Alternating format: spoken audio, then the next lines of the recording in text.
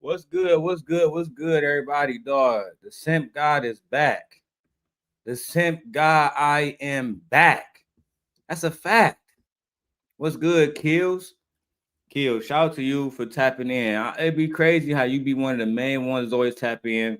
If you didn't know, Kills, they unbanned me off YouTube, so now I'm back to cutting up. I'm back full time. Kills. But before I get into the topics, Kills, if you don't mind, my brother, I gotta sing some music. I gotta get into good spirits. If you don't mind.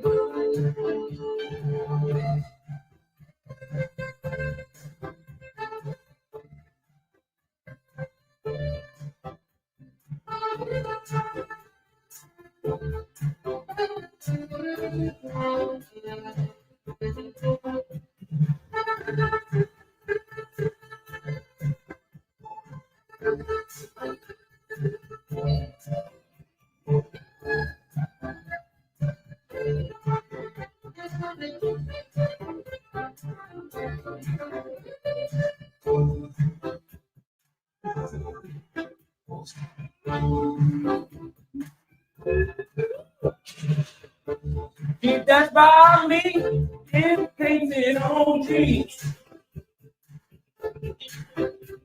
And all that man, she was me. The blink of an eye, a number and a name. Yeah. You said I was the time that she wanted to take. From the line. Yeah. Gotta go. Now the shade.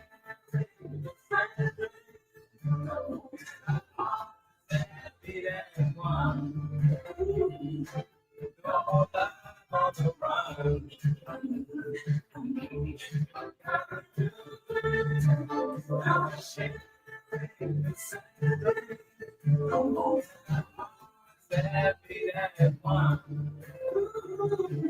No more life on the run.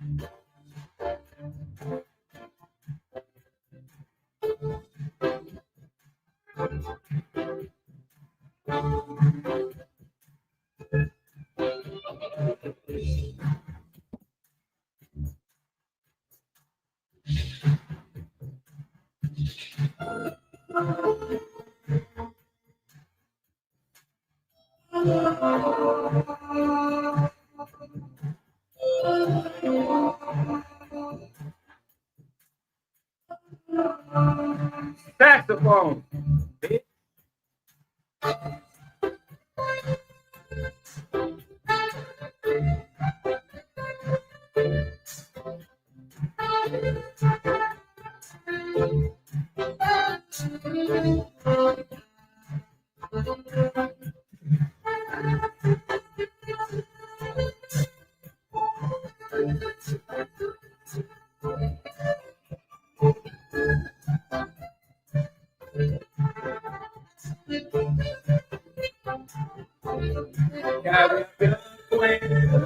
Now we're sharing the same drink. And our hearts that beat as one. More love, more the ride.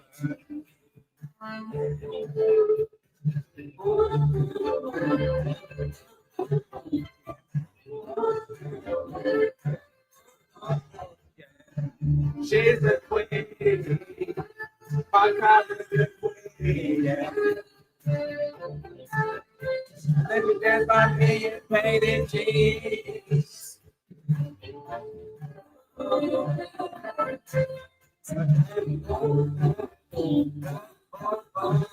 Yeah, yeah.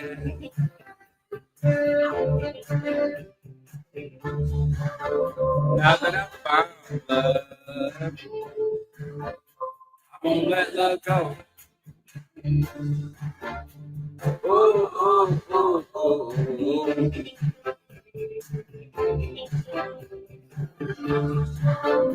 She's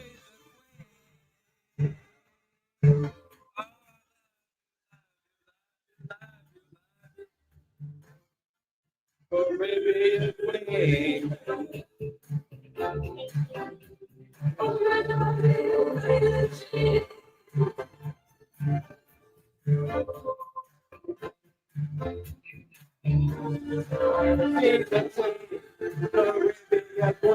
Yeah. Fucking one more time.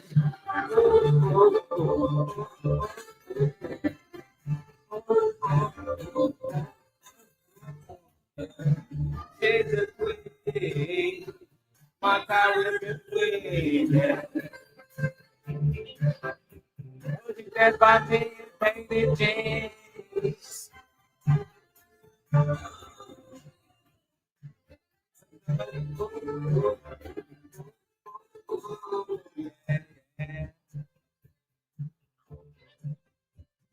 Real music right there, man.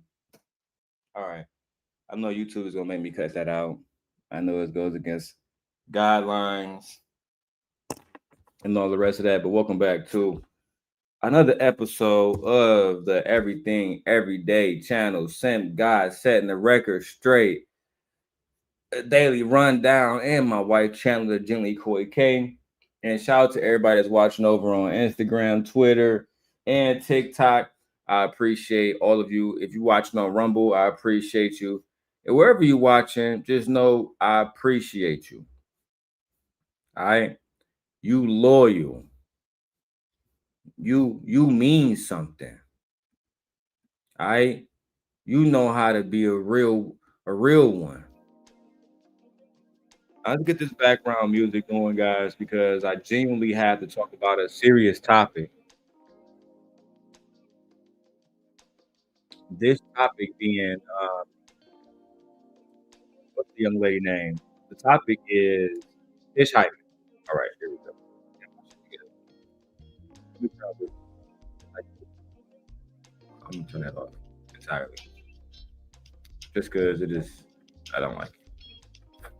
So I want to talk about Tish Hyman and how Tish Hyman is she's making all of these rounds online because of this incident that occurred while she was visiting Gold's Gym.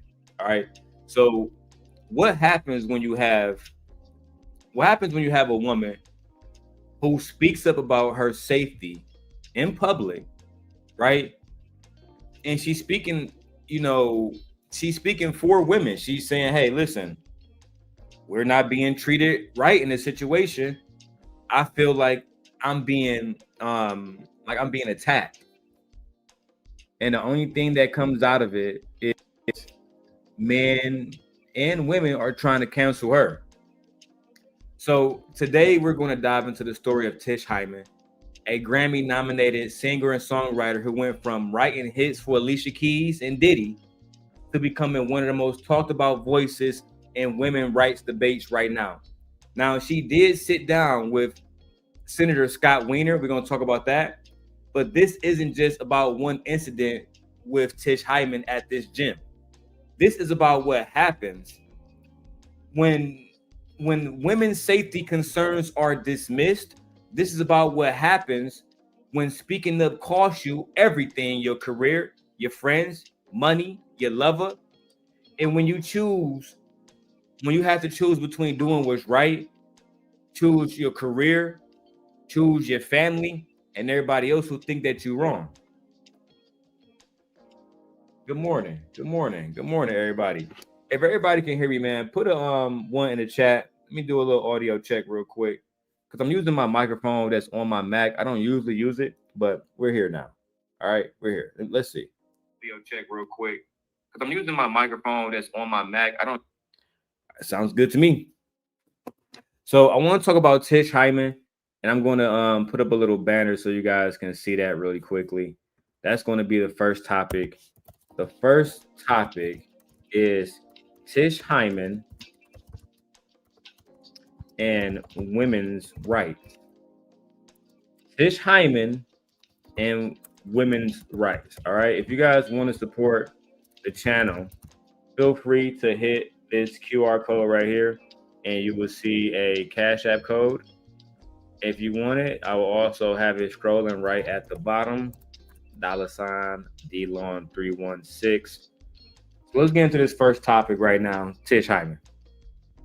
Did you tell me or not that women like to see dick? I'm asking you a fucking question. Exactly. Get out of the way now. No. Now he knows how to be a man, right? Now he knows how to be a man.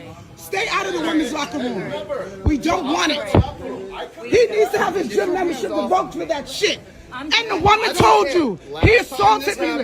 The girl told already. We already filed reports. No. That's fine. I want the video. You can't get rid of me for this. I'm a woman and I have every right to not want a man in the restroom when I'm naked. There are girls naked in there. Look at them walking in there like it's okay. It's not okay. I understand. I'm not causing. All right. So as you just saw, Tish Hyman was in a situation where she went to a gym, and I mean, shit really got crazy. I'm not even gonna lie. I didn't expect it to be that crazy. I really did not expect it to be crazy like that at all. Let me do something real quick, because I want to react to it like this. I want to change this, put this here, and then boom. That way, there we go. That way we actually look like we're looking at the content. All right. And then I can give you guys the talking head straight ahead. Okay, perfect. So again, good evening, everybody. For those who don't know me, my name is Darrel Long. I run this channel. I operate this channel with my wife. And before we get into this, I want you to understand something.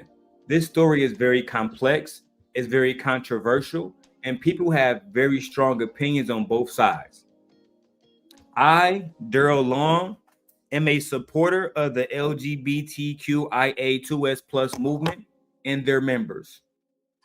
We're going to break down what happened, who is Tish Hyman, and why this conversation about women's rights and safety have exploded across social media.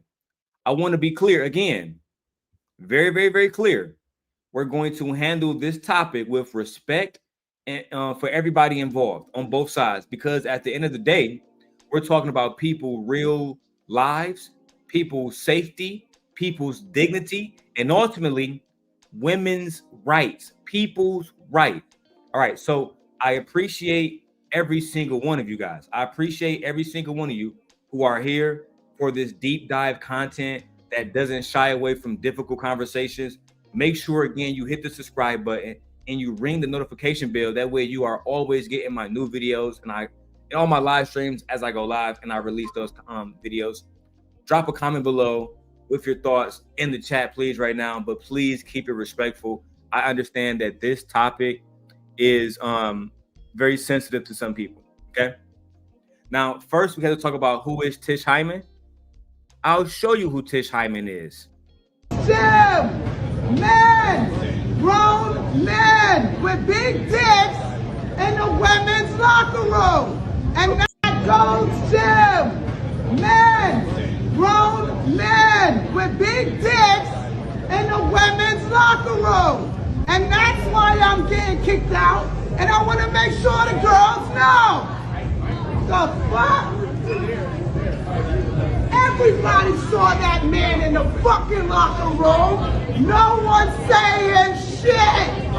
And I'm fucking done with it. It's fucking stupid. It's dangerous. Me naked in front of a man without my permission. I'm the one who gets kicked out the gym, y'all. I'm terminated for not wanting men in the locker room. Hey, Virgo Child. Virgo Child says, hey, Darrel, chat, newbie here. Thank you for coming. So we're talking about Tish Hyman, and we're talking about women's rights right now.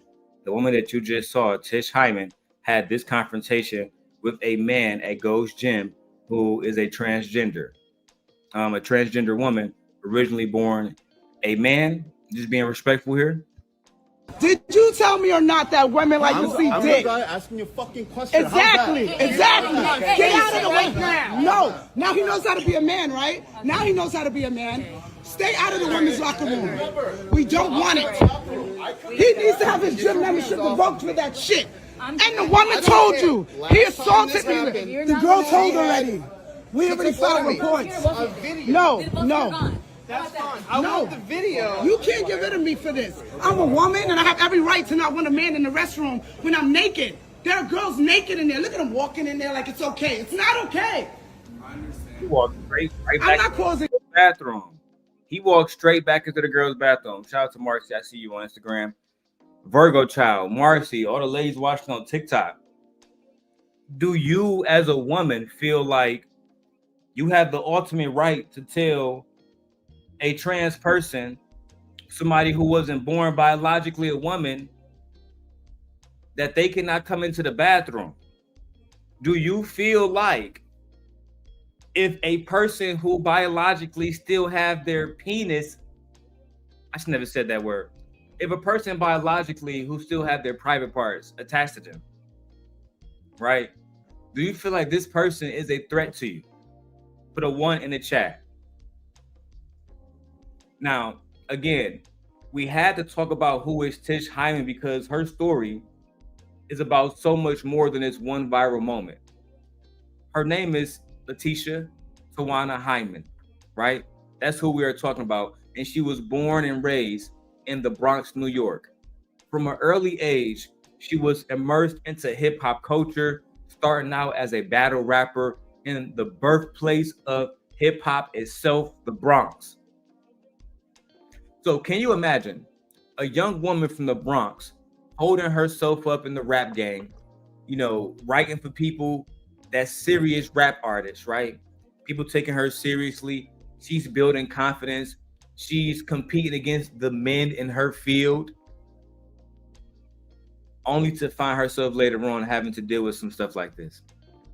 Now, Shorten says she believes that women do have a right to tell trans people that they cannot go into the bathrooms. Can you tell me why? Can we please now let's make sure we be respectful, because we respect the LGBTQIA2S plus community, right? We respect the community, right? But I want to know your top. I want to know why, why the women feel like they have a right, because the way that the trans people are looking at it is, well, legally, you don't have a right to tell me that. And I think this is causing crazy conversation. I hope I don't get flagged. I hope I don't get banned. I see I had 33 people in here. It dropped all the way down to 9 people, right? Because this is a conversation everybody don't want to have, right? Virgo Child says, I go to the gym often and have a fear of walking in a locker room and see a lady with a ding-a-ling swinging, child.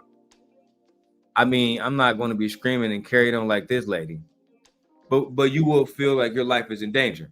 Okay. So again, I'm going to go more to this woman, Tish Hyman, but I want to show you more of the videos that we have here. In California, a lady named Tish Hyman recently just got her membership revoked because she was speaking out against a male Grant. Damn. So just because you wear tights and a bra, you get to go in a girl's bathroom now? I ain't know it was that deep. How is it that? So you mean tell me if I put on tights and a bra right now, I can go in any woman's bathroom and I can just get busy. I can just sit in there and chill.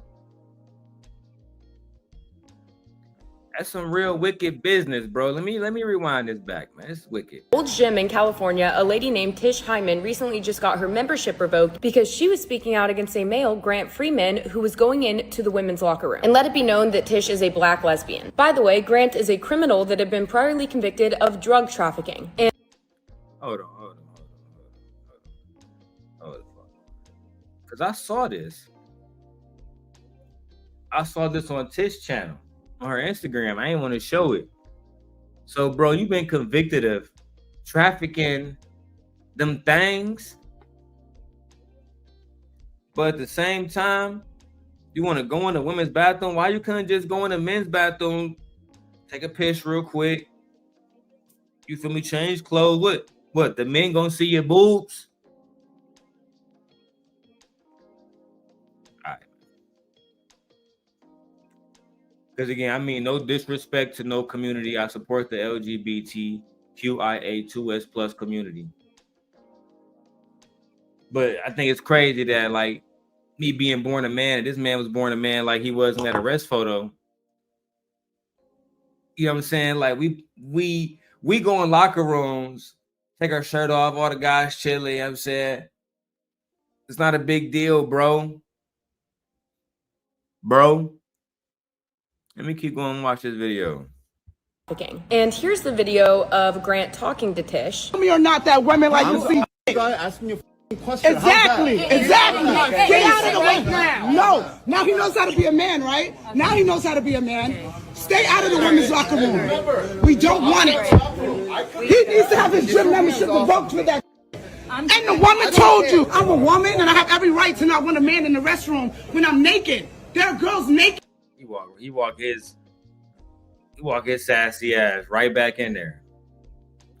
Said, this my bathroom. I'll do what I want because I'm a woman.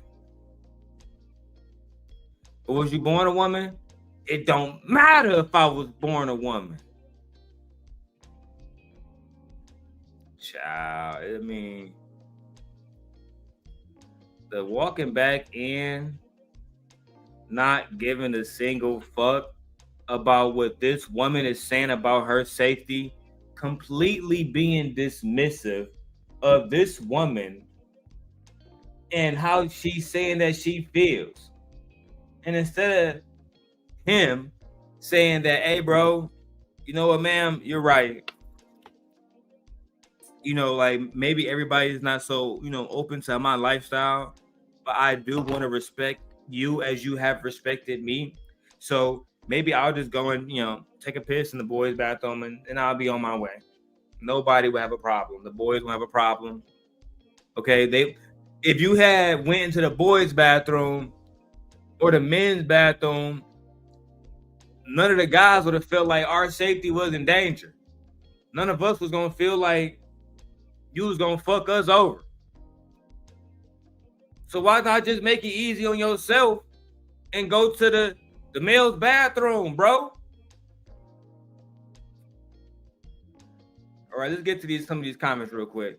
My wife says she is absolutely 100% right. That's male behavior at its finest. I do not support the LGBTQ community. Child. Me and my wife, you see, we differ on opinions. I have one of our closest friends is gay. She literally is gay. So I support the LGBTQIA2 2S plus community. My wife doesn't, it is what it is. I love her to death. Let's get to another comment. We have Morton. Morton says, maybe there needs to be a trans bathroom. I think that's something that needs to be open. I'm gonna put a star on that. That was good thinking. My wife says, these trans want respect, but don't want to give respect. That's male privilege. I agree. I'm gonna start that too. I agree. Right? Because clearly he did not respect Tish Hyman as an American, as a black woman, as a cis woman, is what they call it. A cis woman, right? I'm just trying to learn a lingo. I'm not being disrespectful. I'm just trying to be respectful, right? Let's keep going. Get in there. Look at him walking in there like it's okay. It's not okay. Sim, men, grown men with big dicks in the women's locker room. And that's why I'm getting kicked out. And I want to make sure the girls know it's dangerous. Me naked in front of a man without my permission. I'm the one who gets kicked out the gym, y'all. Tish put in the copy on this video that this person told her that he was a woman and demanded that she leave the women's locker room. He said straight women told her that he was a woman and demanded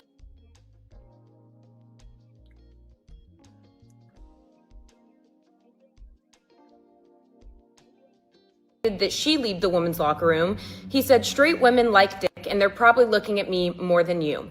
Staff said their hands were tied by the law and they couldn't make him leave. So let me get this straight. And you said some disrespectful shit like that? Some straight men want you more than we want a real woman? That's true. God damn it! You can't make this shit up. Shut up, silly woman. The fuck?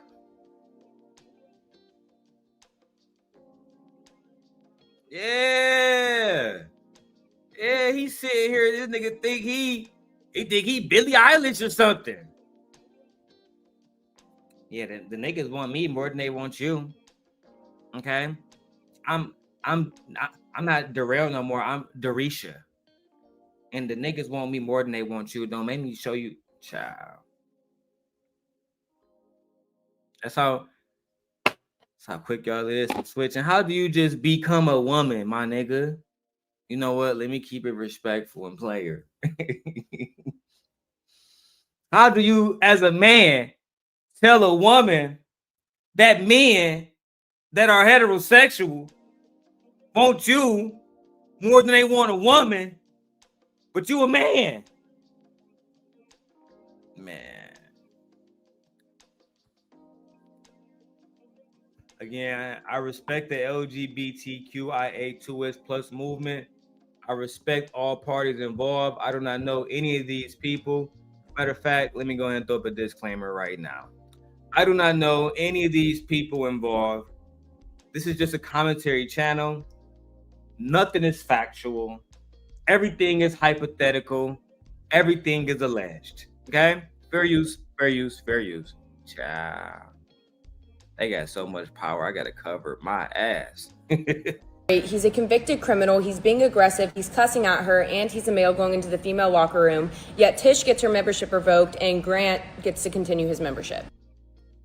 Cha, not you losing your membership to a man, and now you gotta go somewhere else, and he get to just stay there, or she get to stay there. I'm trying to be respectful, right? But that's the point we got to talk about, babe. Are women under attack? Are women under attack? And here's the thing we have to know about Tish Hyman. She's an open lesbian. So this is important because some people tried to dismiss her concerns by calling her homophobic or transphobic, accusations she strongly rejects because she's a part of the same motherfucking community. She's been a part of the LGBTQIA community her entire life, and she has friends who are trans, and she's made it clear that that is not her stance, that she is hatred towards trans people, gay people, lesbians, bisexuals, queer. It don't matter. Her problem was about women's safety. Women's safety. And that's why after this, we're going to talk about the 19th Amendment. If you guys don't know, the 19th Amendment was the amendment that gave women the right to vote. We're going to talk about it. We're going to deep dive into it. But for now, I have to show you guys another video that Tish Hyman did, because as of right now, I believe she's under emotional distress. She's dealing with a lot of trauma from people attacking her, right? So if you guys want, go to Tish Hyman Instagram, show her some love, go listen to some of her music. Just make sure that, you know, she understands that she has a community of women that really support her and they love her. All right, let's go to the video and check it out.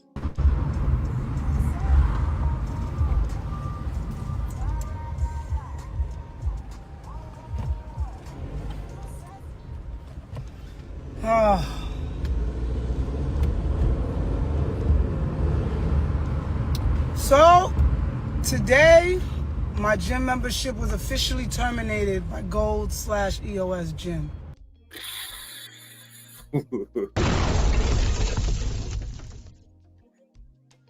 Gold Jim said you out of there. We don't want you in there no more. This has so many different implications. We had to talk about how this changed everything. Now let me give you the facts. All right, let me drink some of my juice first. Let me drink some of my coffee, something. All right, Starbucks, niggas. Starbucks. All right, look. So on November the 2nd, 2024, Tish Hyman was at Gold's Gym in Beverly Hills, a gym she had been a member of for years. According to Tish, okay? According to Tish, she wasn't, this wasn't her first time being uncomfortable and having this type of encounter at that location. Hear me again. She had had multiple encounters with those individuals at that location. She claims that she had experienced multiple incidents over months and she felt unsafe in the women's locker room. Now, as a man, I'm not really, I don't go through that because they don't come into the men's locker room. And if they did, I still wouldn't feel threatened. I wouldn't be like, oh, you're about to get me. Because I know, like, I probably fuck dude up, right? And I think it's not fair. Exactly. I'm going to get to that. Now, on this particular day, Tish Hyman said she was in the women's locker room when a trans woman entered the locker room. According to Tish's account, okay? And you got to remember, everything here is alleged. Nothing is factual, all right? According to Tish's account, she was naked and she felt violated when this person, who Tish identifies as a biological male, was in the changing area near her while she was butt ass naked. Now, here's where the story get absolutely heated. Tish says that she wasn't just naked, right? Like, you know, she was just chilling. She wasn't like she was in there twerking music. She was just changing clothes. And he was just in there, not doing nothing, right? She said that other women have also allegedly filed written complaints with the gym management about feeling uncomfortable and unsafe in these restrooms due to the activity and the traffic of people who are moving back and forth. She claims that they reported that the same individual, this specific individual, he had been entering the women's locker room repeatedly, right? every other 5 or 10 minutes. And that when the women expressed their concern to management, to somebody on the floor, they were always met with anger and disrespect. And that's when, on November 2nd of 2024, Tish decided that she had enough. She filmed the confrontation, the one that we saw, right? Let me go ahead and get that for you one more time. Be a man, right? Now he knows how to be a man. Stay out of the women's locker room. We don't want it. He needs to have his gym membership revoked for that shit. Gym, men, grown men with big dicks in the women's locker room. And that's why I'm getting kicked out. And I want to make sure the girls know. The fuck? Everybody saw that man in the fucking locker room. No one's saying shit. And I'm fucking done with it. So as you can see, right? This one where she said grown man with big D words in the women locker room. This went absolutely viral, garnering millions of views, thousands of comments, and people started to choose sides immediately. In this footage, you will see that Tish was confronting the individual, all right, with other gym goers, and the staff was trying to intervene. According to Tish, when she went to the locker room that day, the person followed her and called her a black bitch. And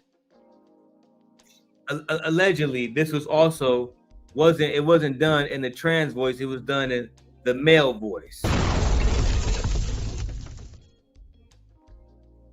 Tish also alleges that another woman was in the locker room and froze up and was completely traumatized by the encounter, because as you can see right now, he's not dressed up like a woman. He looks like a dude, because he is a fucking dude.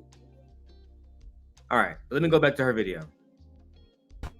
And they won't give me proof of it. They won't give me a termination letter. They won't give me nothing. They just told me it's canceled. And they let me have my final workout today in there. And guess what happened on my final workout? A fucking trans woman walked in while I was butt naked. I grabbed my towel. I fucking showed discomfort. And she looked at me and she said, "Are you okay?" And I'm like, actually, I'm not. There's been men coming in and out of the restroom, and it's just been traumatizing. Is it okay if you just step out while I'm getting dressed? And she says to me, "I'm a woman." I said, "You're a woman?" His shoulders were bigger than fucking, what's that, for any football player's shoulders. He said to me, "I'm a woman," right? Wow.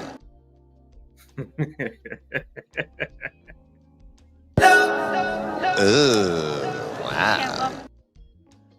You a woman? Why the fuck you lying? Why you always lying? Oh my God, stop you fucking lying. I think this incident, I'm gonna talk about it as a father, because women's safety is important to me. I don't give a fuck how anybody feel about it. And I made it clear that I support the LGBTQIA2S+ movement. But at the end of the day, women seem to be under attack. And as always, men are the ones putting in these ridiculous fucking laws, right? Like removing Roe v. Wade, right? I don't even want to get into that shit, bro. I swear to God. Do I have a Maya here? Not the girl from Chicago that be doing the girl. Shout out to Amaya. Amaya, type in shout out to you on YouTube. What's going on? Shout out to her. Hey, go watch her stuff, man. This girl named Amaya, Chicago content creator. She be posting all kind of shit. Hey, all kind of shit. Fucking food, events, all kind of shit, man. Tap in. I would invite her. Let me see if she wanna have a conversation about it. How do I invite people on here? Let me see. Hold on. There we go. I'm gonna invite a few people to see how they feel about it. I'll invite them one at a time. You guys come up, that'd be dope. But in the meantime, I'm gonna keep going with Tish Hyman's story. Let's go. Today.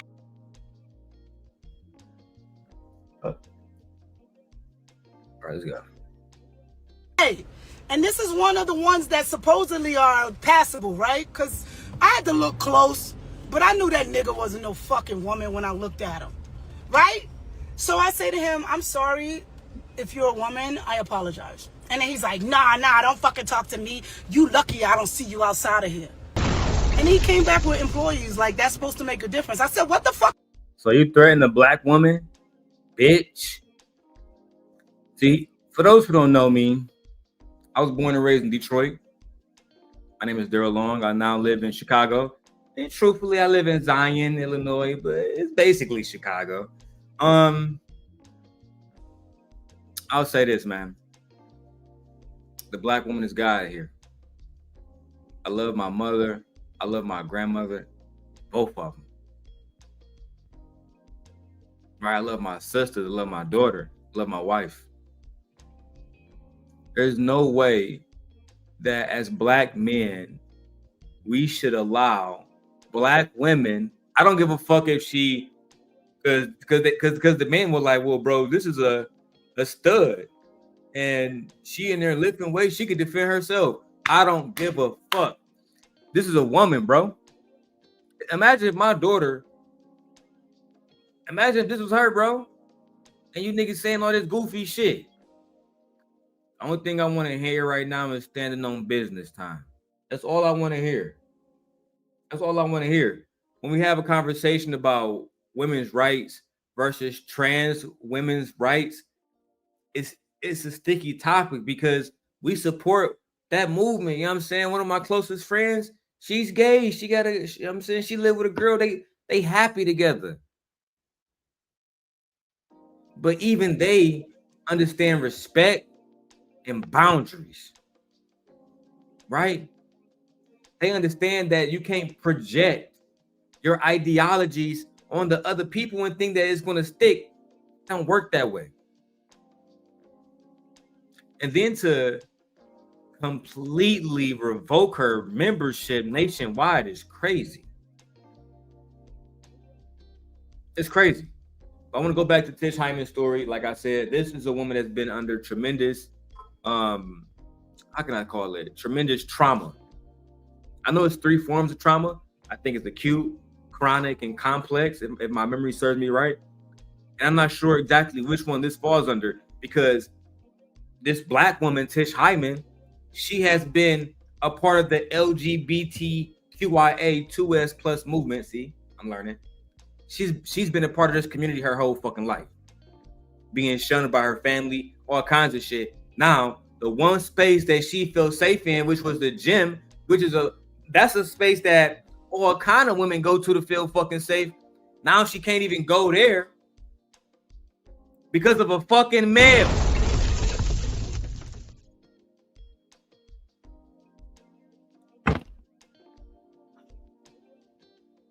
Please go to Tish Hyman Instagram.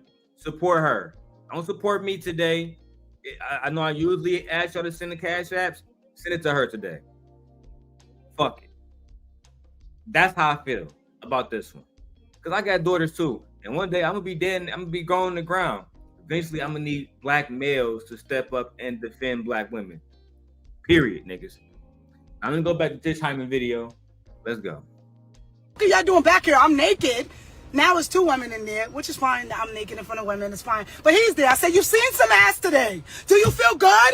Do you feel fucking good? Refusing to leave a room where women are naked and they're asking you to leave is insane. Imagine if this was just a regular guy who didn't identify as a woman. Bro, police be caught so fast.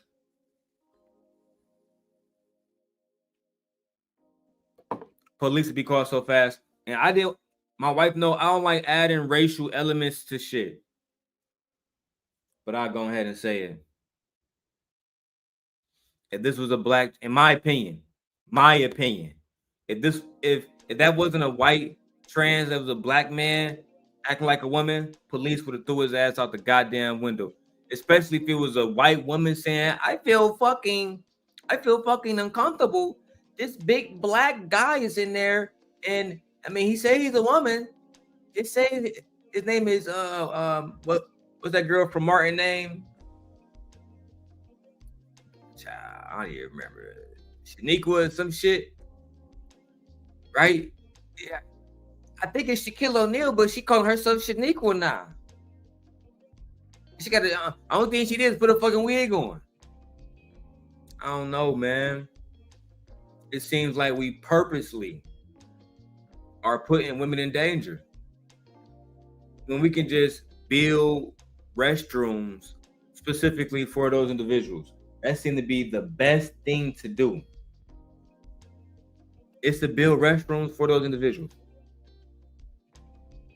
Oh, Shanae. Oh my God. Imagine being in a bathroom with a nigga that looked like Shanae, dog. I couldn't like women, y'all go through so much shit. I don't go to any bathroom ever and worry about how I'm gonna fucking like I just put my shit out and start going. It's so effortlessly. I don't even think about it. I go to motherfucking Planet Fitness. I just renewed my membership. I ain't gonna lie. But nigga, I was going there every day. I don't worry about nobody in the gym. Man, I got my headphones in. I'm not even looking around half the time.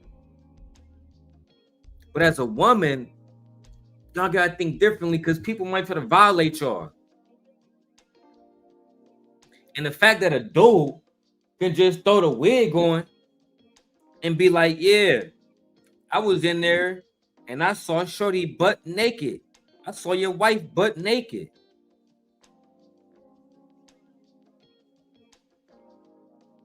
I saw your wife butt naked. Bro, that would piss me off. Like, genuinely piss me off. I don't know, man. Let's keep going with the video for now. Shout out to Tish Hyman. Tish Hyman. You've seen some ass today. It's my last fucking workout here, and you've seen my ass for the last fucking time. And then I walked out and I made another fucking scene at the Gold's Gym in Hollywood because honestly, I just want the women to know. It's not about anything. I just want the women to know. There's no signs telling women, hey, there's fucking men coming in here, and that's okay with us. It's not a single sign. Women have no fucking idea what they're up against in there. They're just going to the gym thinking it's normal. It's not fucking normal. There are fucking men in there, and there's no fucking sign to say shit. But I'm crazy.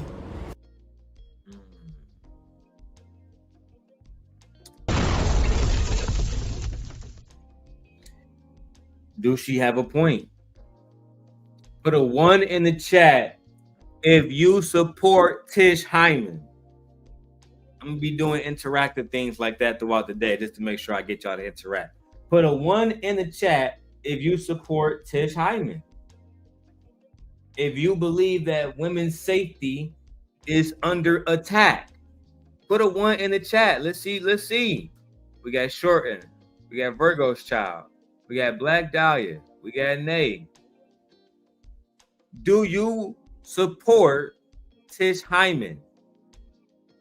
Right? Let's get a 3. Let's do odd numbers. Let's get a 3. And when I say support, are you going to actually go and donate to her? Are you going to support her with her music?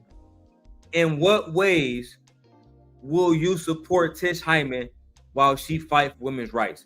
That's what I want to know for the women in the chat. That's what I want to know.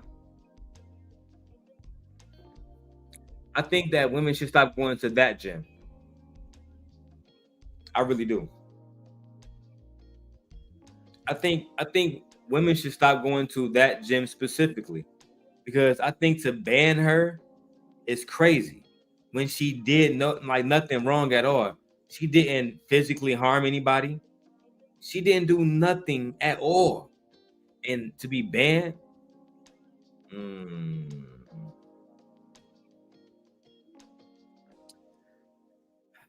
let's keep going. Fuck out of here. And you damn right I want a lawyer. And you damn right I'm about to protest. And you damn right that they done fucked with the wrong woman today, yesterday, last week, the week before, and the week before. I'm not having it. And another thing, I am not a Republican. I am not a Democrat either. I voted Kamala, yes. I'm a... Hey, Kamala wins again. Make sure you guys go buy 107 Days. For all you guys who don't know, all right, I'm a vivid Kamala Harris fan. And I love Kamala. I got the Time magazine joint over there in the background. Let me get a little bit closer over here so you can see that. Yeah, you see that over there. It's right here. Kamala. I got the 107 Days too. Stop playing with me. Stop playing with me. Come on, man. Put this back, bro.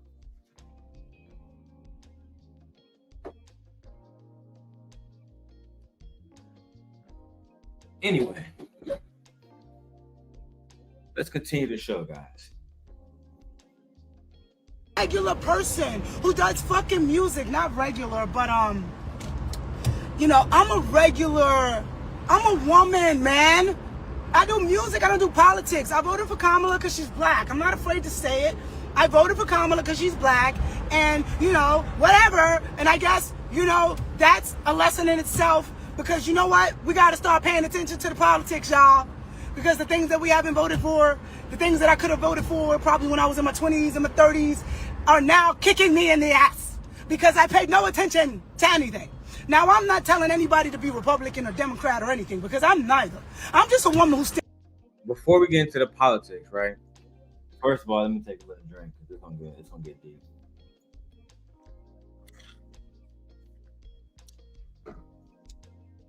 Secondly, let me show you guys my little breakfast this morning that I ate from Factor. Okay, this is grilled chicken with string beans. That's right, grilled chicken with string beans. That's what I'm eating this morning. You know, something lean, something strong. So I can, you know, shout out to Factor. Factor, please sponsor this video. Please send me more food for free. Love you. Now, we have to talk about the center of this, you know, the person who's at the center of this controversy.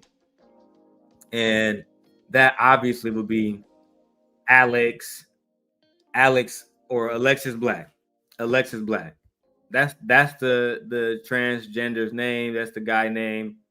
We got to talk about it. It's because this is the person that's stirring up all of this drama. So Alexis Black, an Ohio-born fitness coach who publicly came out as a transgender in October of 2024, Alexis started hormone replacement therapy. Alexis started hormone replacement therapy in 2025, back in February, and has been documenting her transition on social media. Alexis gave her side of the story to TMZ Live. She says she was a registered, she has been registered as a female, as a woman with the gym. So the gym, Go's Gym, allowed her to register as a motherfucking woman. God damn it! You can't make this shit up! Now let me see if I can go pull up that quick footage of Alexis Black on TMZ. If not, then I'll continue with my manuscript here. See what we got going on. Because this is just too much for me. And I'm supporting this black woman. Child.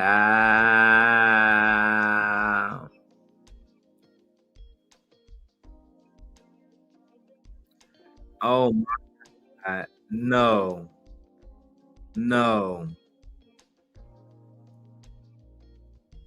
Hold on. I'm sorry. So, okay, hold on. Let me. Oh my fucking God.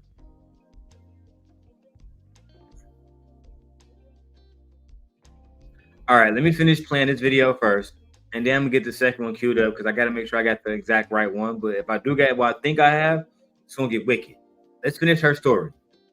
Rights. And I don't give a fuck what you are. If you're a Republican, a Democrat, I don't care if you support Trump or Kamala. I don't give a fuck. All I need is people to come together for one thing. It's to help women, to save women. Women!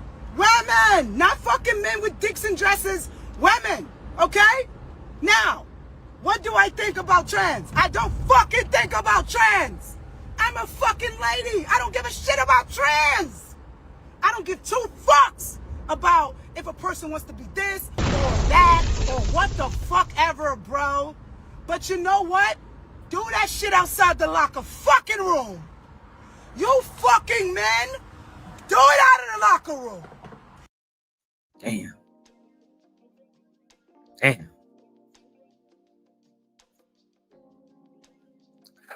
I don't even know what the fuck to say. But what I do have is footage from TMZ where they was able to get a exclusive interview with Alexis Black, the trans person that is the center of all of this controversy. And I also managed to find her YouTube channel as well. Oh my God, y'all. Oh my fucking God. Let's start with this one right here. Fair use, fair use, fair use. Let me go ahead and throw the disclaimer because I don't know these individuals. Everything here, and I do mean everything here, is alleged and it's not true. It's not factual at all. We just having a conversation. Shout out to JB. I see you over there inside the Instagram chat, JB. Let's go ahead and have this conversation. Child. My wife said, don't call her her. All right. Okay, babe. I won't do it again, babe. Whatever you say, babe. I love you, babe. Let's watch the interview. She said when she came face to face with you, it was obvious to her you were a man. So, you know, I don't want to get terribly graphic here, but can you kind of explain? We spoke with Tish, and she said when she came face to face with you, it was obvious to her you were a man. So, you know, I don't want to get terribly graphic here, but can you kind of explain, you know, how you appeared? You know, do you believe that she was reading something in that you didn't appear to be male? She perceived you to be such. Well, first, I told the people that raised me that this is the way that I was when I was 8 years old. And really, I stuffed it down pretty deep. And I began using hormones this year in February. And I actually... The fuck?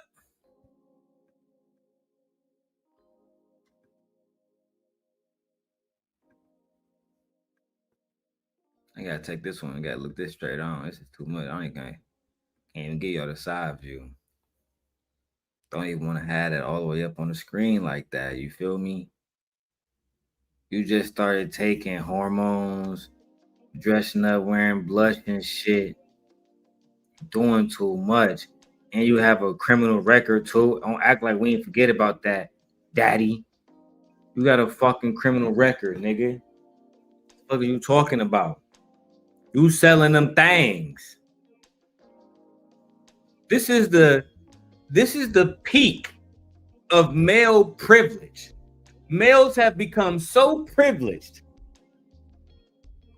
that they can go into women's spaces and tell women what to do in their spaces. Oh, you're not a woman, even though you have the ability to make children, and I don't. I'm a woman because I got a wig on.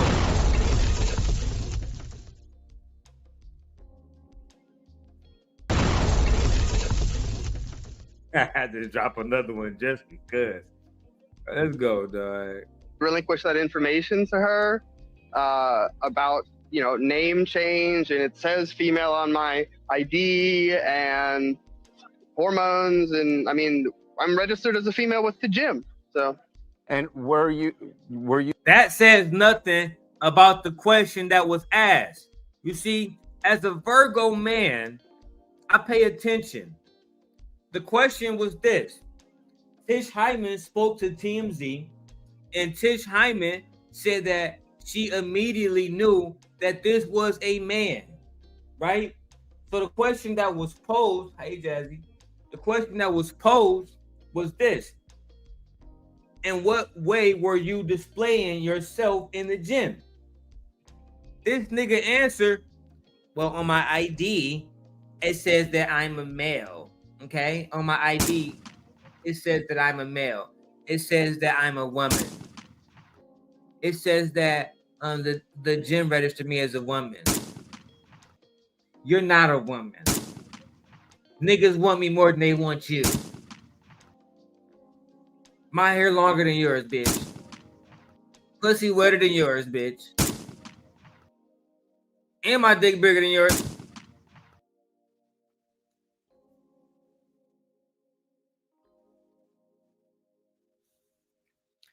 This is the type of stuff that we have to understand when women are saying that they're tired of so much shit. Let me take a shot.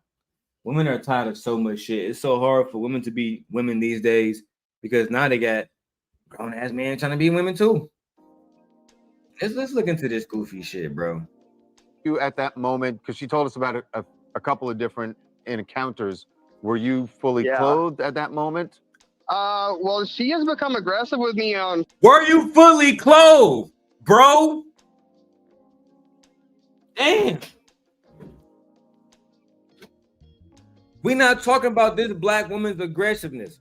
We talking about you, cuz, dog, broski, fam, sir, my lord. We talking about you. Let me go back again. I mean, I'm registered as a female with the gym, so. And were you at that moment, because she told us about a couple of different encounters, were you fully clothed at that moment? Well, she has become aggressive with me on 4 different occasions, actually at different locations in Los Angeles at Gold's Gym. But fully clothed. I believe I was enrobed in a towel on one occasion. You was naked. You was naked, sir, dog, bro, cuz. You was naked, cuz. You talking about? You see, for those who don't know, I don't like being gaslighted. Gaslighting is a form of trauma. And it's a trigger for me. I don't like being gaslit. It actually makes me really, really, really upset. Because you have every opportunity as an adult to just tell the truth. You were naked with your dick out. And you had these women going back and forth in the gym trying to just do their fucking thing. Meanwhile, they got to deal with your disgusting ass. They got to deal with your disgusting ass. I don't know. I might have been enrobed in there. I might have had my robe on in there. Daddy. You was naked, cuz. If you got your robe on and you still, how they call it, pre-operation, that means your dick was still out too. You a man. I think that they got to start putting some rules on this shit. They got to start putting some rules on this shit immediately. Yeah. Typical male, lying and manipulating, scheming. I saw her at multiple gyms around LA. What the fuck they got to do with what we talking about, sir? Oh, nothing? Let me go back to the video, sir. Let me go back to the video. And this last time I was clothed the entire time. Yeah. Okay. Again. No, we're not buying it. We're not buying it. I apologize if this is too graphic, but I just think it's important. Have you? Let's speak truth, baby. Okay. Have you fully transitioned? Be clearer when you say that. Your genitalia. That is a process that requires a quite lengthy work. Like, so no, you still have your Peter whacker.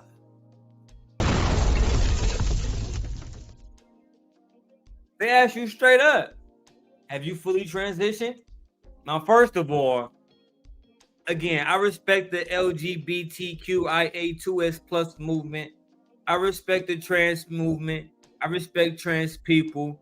I am ignorant. I mean no disrespect when I say this comment. If I am wrong, I would love for a trans person to come up here and actually correct me, right? Enlighten me. But from my understanding, there is nothing I can do as a black man to transition to become a black woman. Period, nigga. The black woman is God. There's nothing that I could do as a black man to transition from what God made me. Nothing. I can go get a wig. I can go get surgery like City Star. I'm still gonna be what God made me. You see, so many of y'all are not living in y'all purpose because you want to be something else. And that's cool. Go do you. I'm just a regular person like you, my baby. I'm trying to save your spirit, my nigga. You moving dangerous. But you gonna be around somebody's daughter who might test you, and you a man. So they're not gonna look at you like, oh, that was a lady over there just hanging out. You know what I'm saying? I don't know, bro. This shit is goofy, man. Let's keep going. Let me go back to her video or his video, whatever, cuz. for instance, I sat in a chair and had hair follicles removed from my face for 2 hours yesterday in a process called electrolysis. In order to have that surgery down there, one must have every single hair done that. In order to do that, it would take like a single process that requires a quite lengthy work. Like, for instance, I sat in a chair and had hair follicles removed from my face for 2 hours yesterday in a process called electrolysis. In order to have that surgery down there, one must have every single hair done that. In order to do that, it would take like, we'll just say like a year or two to have that done. You got so much hair down there that in order to take, to get to the next level of transitioning to try to be a woman, you, I don't know. You what? I don't know, bro. I'm just so confused by this shit. I ain't gonna lie. I don't understand how this shit is even a thing. You feel me? I'm gonna keep it respectful as always. God damn. This is some real crazy shit, bro. No bullshit. My wife says gaslighting again, and he wouldn't even pass a mental evaluation because he knows he's cosplaying. Child. I wish my wife was off work. She'd be snapping right now. Let's go. And that's literally not even a possibility with where I am in my transition.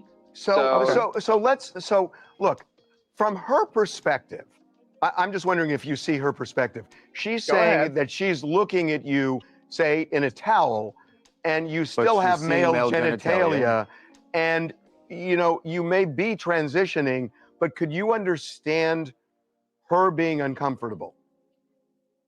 Well, I certainly do not understand it, but I. What?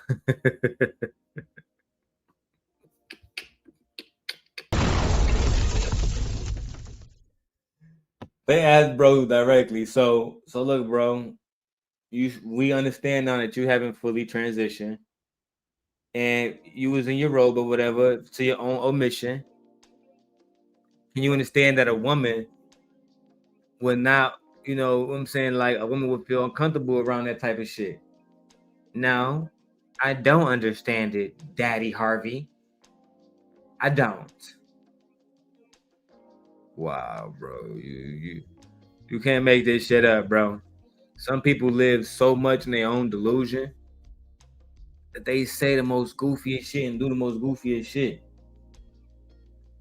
And shout out to everybody that's tapping in on TikTok, bro. Please share this stream to somebody if you love them, if you love me, if it's a content creator, man. Share the stream. I want to have thousands of people watching. I want that. And I want y'all to help me get it. Let's make it happen. I do get the notion of the fear mongering that she's perpetuating. The truth in the moment is far from what she is purporting it to be. Literally every time that she's done that, I've had women in the locker room comforting me because of how aggressive she was towards me. So, we have seen video of that confrontation. So you have women defending this man versus a black woman. I can imagine what that shit look like. Why the fuck are you even treating her like that? This is our friend, Alexis. Yeah, bro. Why you even? I'm a girl too. Do you not see my fucking bra? Do you not see my fucking hormone pills? Bitch. I deserve to be here too. Amongst us ladies. My nigga. I can imagine how that feels, a black woman to sit there in the gym, flabbergasted. You a real woman. No, that's the real woman. You a cis woman. Child. Just outside of the locker room between yourself and Tish. And at the end of it, I saw that, Alexis, you walked back into the women's locker room. But I understand that you also have had your membership revoked by Golds. What did they say to you? Well, initially, they said that she and I guess Tish is her name. Correct. Initially, they said we were in the same boat. But, Golds, it's been bought by EOS now. So they phoned me and I'm not sure if it's written in red ink or what, but it's definitely being evaluated. I love that place. Golds is like my sanctuary, especially at the Beverly Center. Catch me there. I love that place. So the fuck? My bad. I ain't even had a video so y'all can see this shit. Y'all need to see that shit. Bro's on some complete goofy shit just right now. Some complete goofy shit. But it does bring me a little bit of happiness to know that they did remove her gym membership as well.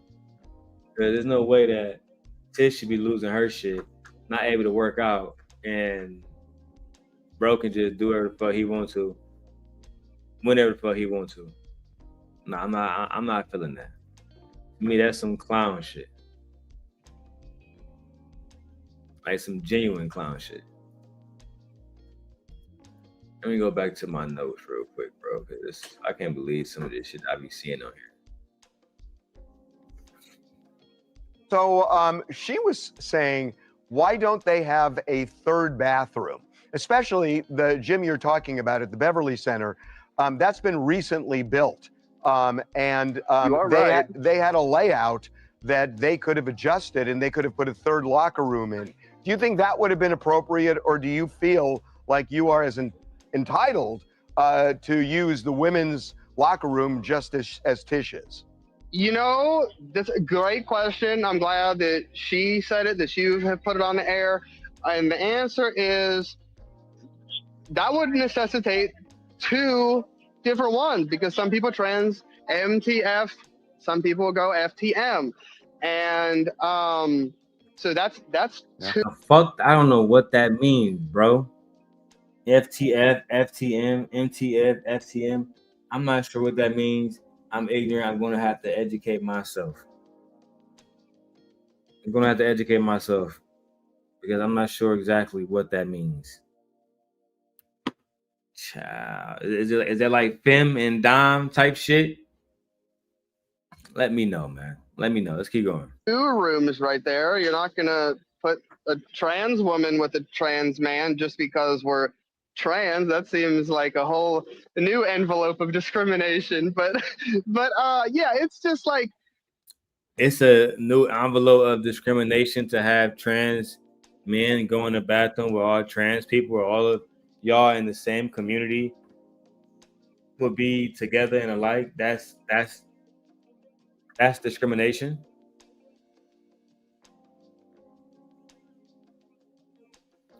Can't believe this shit, bro. I feel like this had to happen in order for people to learn about trans. It's like it's a thing. We're here. We're going anywhere. We've been here for thousands of years. There's like 10 species of animals on Earth that do this too. Just by the way, everybody.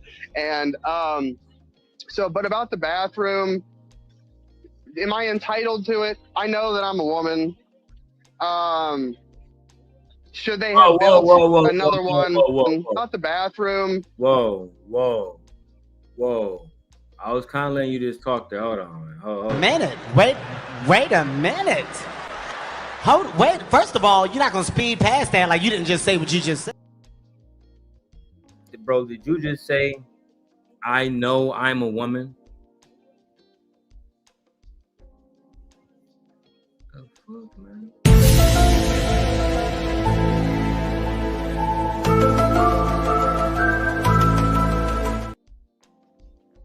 How the fuck you know you a woman, son?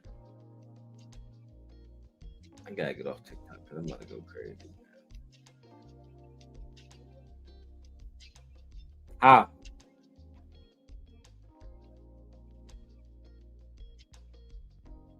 How, man?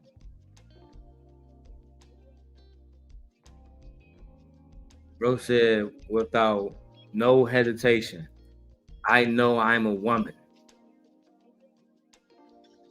Am I entitled to it? I know that I'm a woman.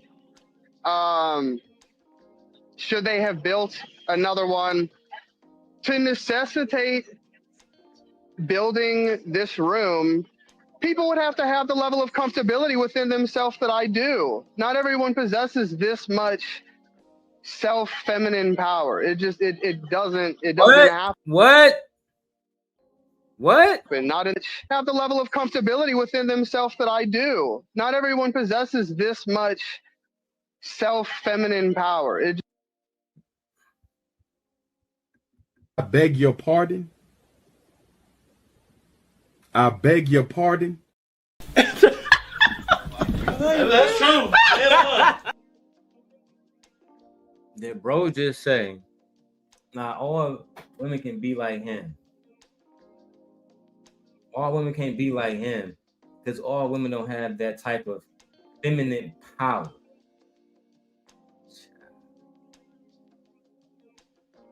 It's our dark days amongst us, ladies and gentlemen. Very dark days. Very dark days. It doesn't happen. Not in this patriarchal system of which we've been living for so long. What? Are you not benefiting from the patriarch right now, sir? Are you not benefiting from the patriarch right now, sir? As a man who gets to be a woman, let me keep going. Okay, all right. Alexis, we appreciate you joining us.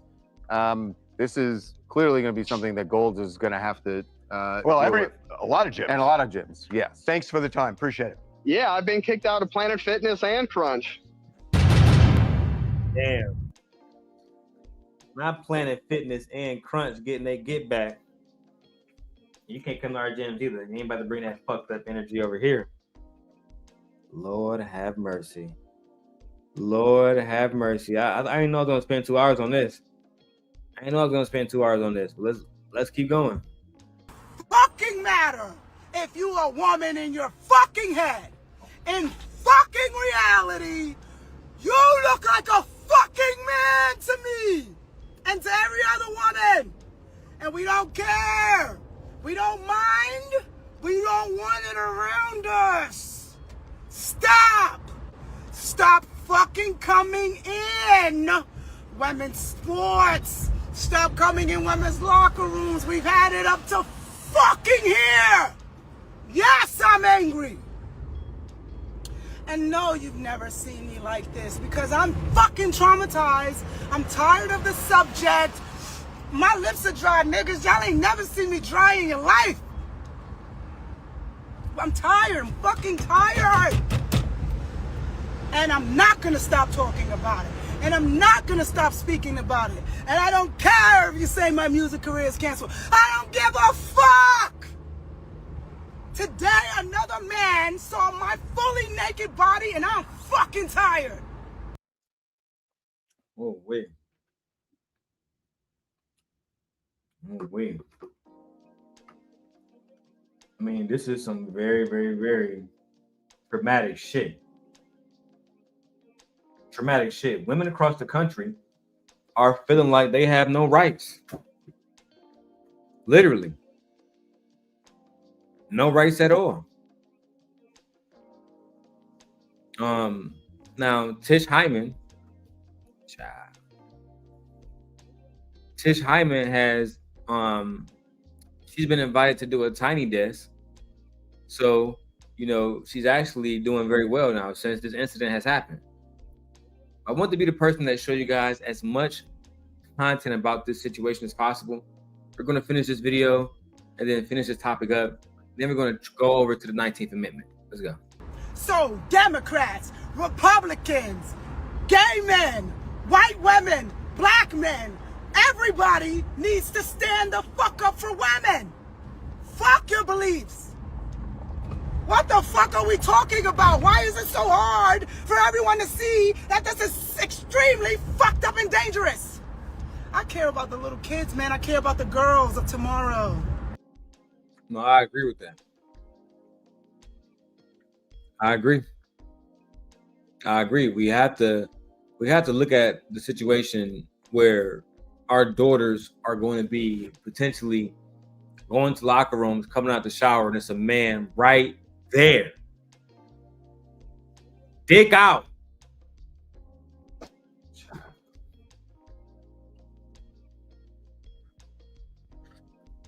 Let's go.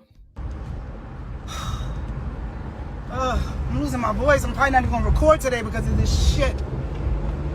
I don't have my gym membership now.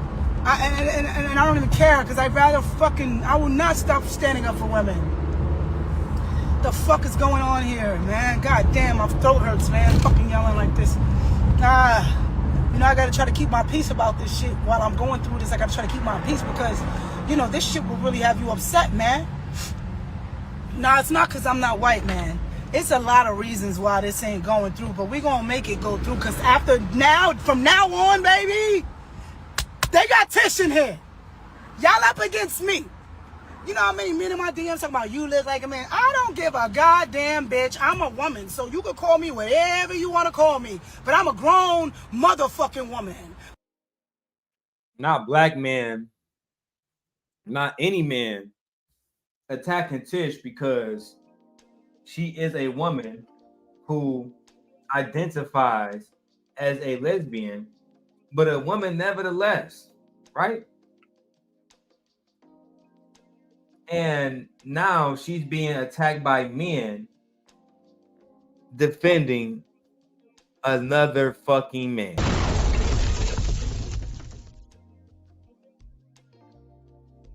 It doesn't surprise me.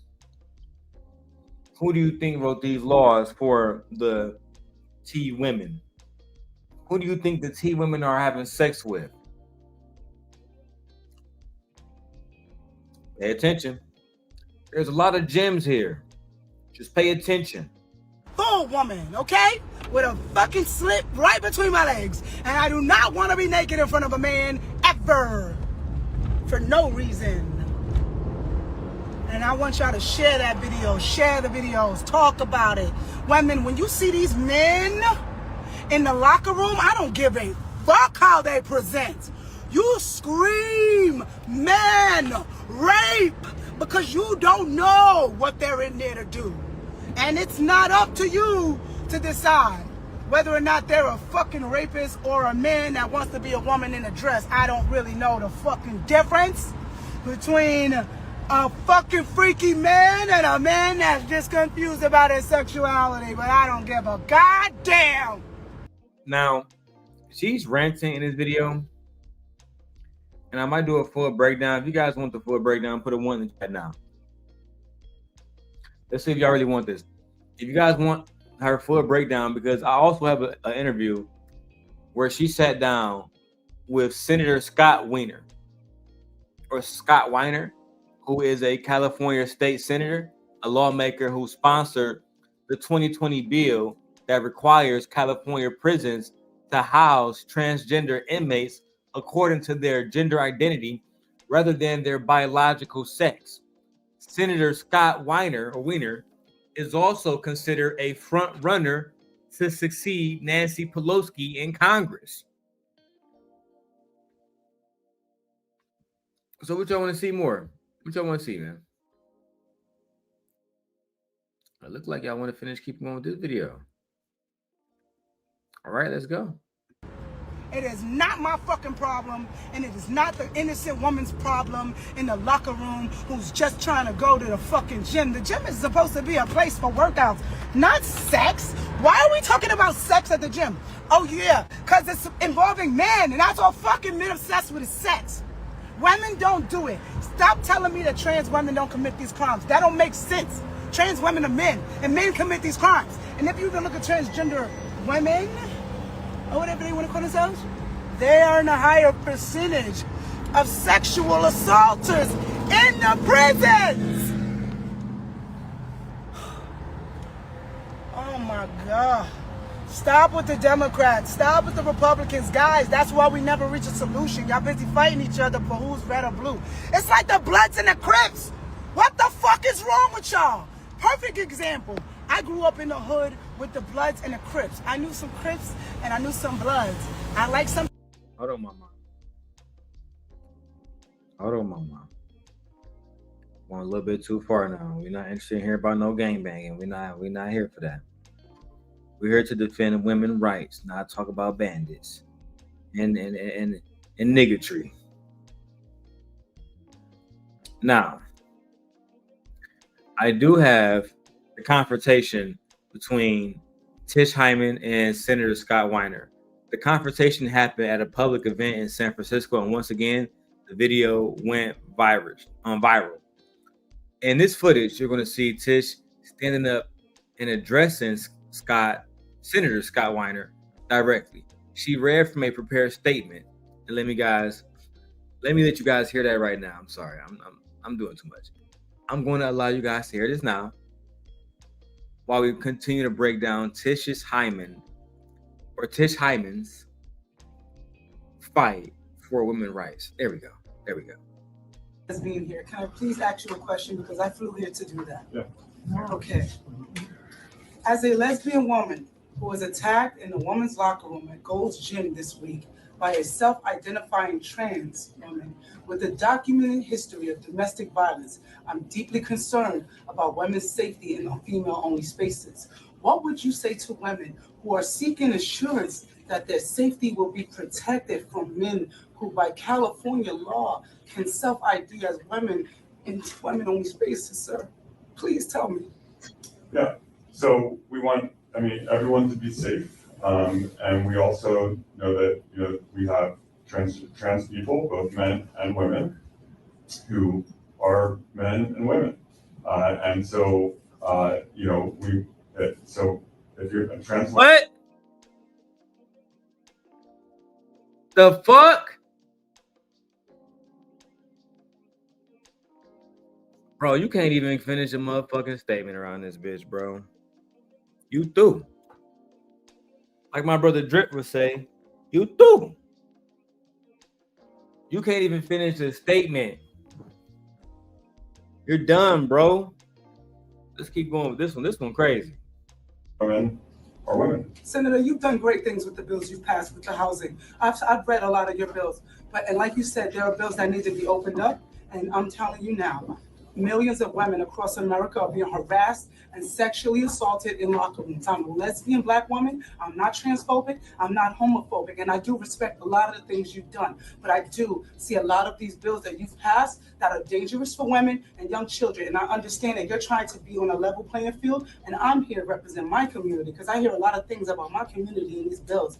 And I'm telling you as a woman, first and foremost, that this is dangerous and we need your help because you're in the office, you're going to go in the publicity spot. I want to support you. I have millions of people behind me watching this right now. And we want to know, are you going to protect women? Not trans women, women.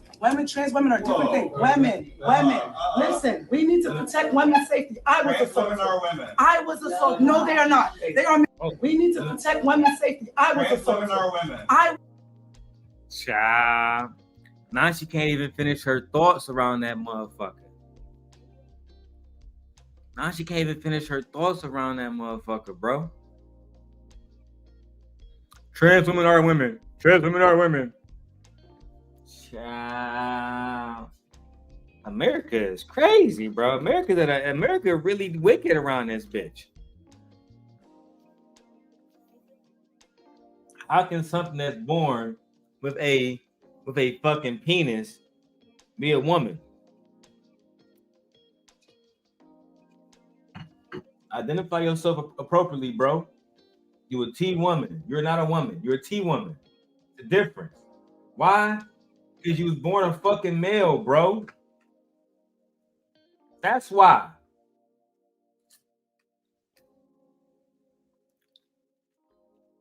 Let's go.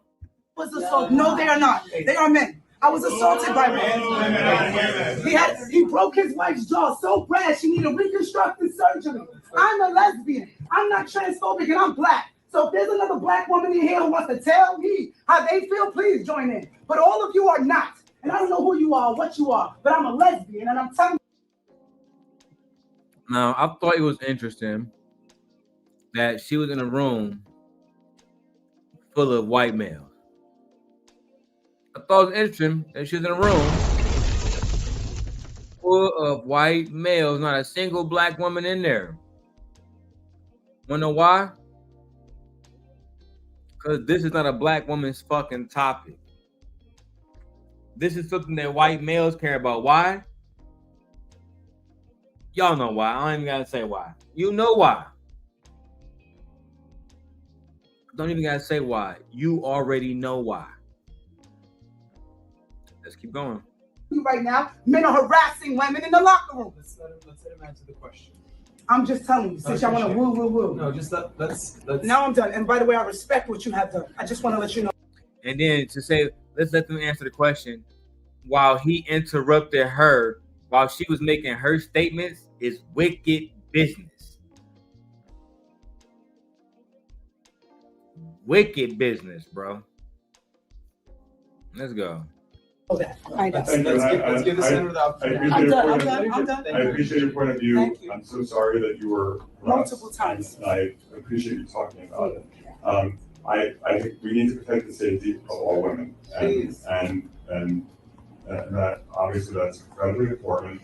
And I also know that trans women are also brutalized in this country. So women and trans women are also brutalized in this country. Why do we have to always compare one to another? Why is it always like when we talk about what's going on with Black people? Why do we gotta talk about what's going on with white people? Why? I hate that shit, low key. I hate that we can't always just talk about what's wrong with men. You know what I'm saying? Without talking about what's women. We can't talk about what's wrong with Joe Biden without talking about what's wrong with Trump. We can't talk about Trump without talking about Joe Biden. Bro, it's so exhausting. It's so exhausting, bro. and cisgender women are brutalized in this country, and we have to protect the safety of all women. We have to protect women. We cannot be raped in the bathrooms by men that want to say they're women. They're not women. They're not women. I'm leaving. It's okay, but I'm not going to take it. I am leaving because you know what? You guys are not protecting women. You're doing a lot. The bills that you're passing for the law, I read a lot of them. They're great. But this things with the trans, it's not right. Thank you very much. You're welcome. Thank you. And my name is Tish Hyman. You heard me, sister? All right. Don't let them use our blackness and our civil rights as a reason to pass weird laws for children to transform.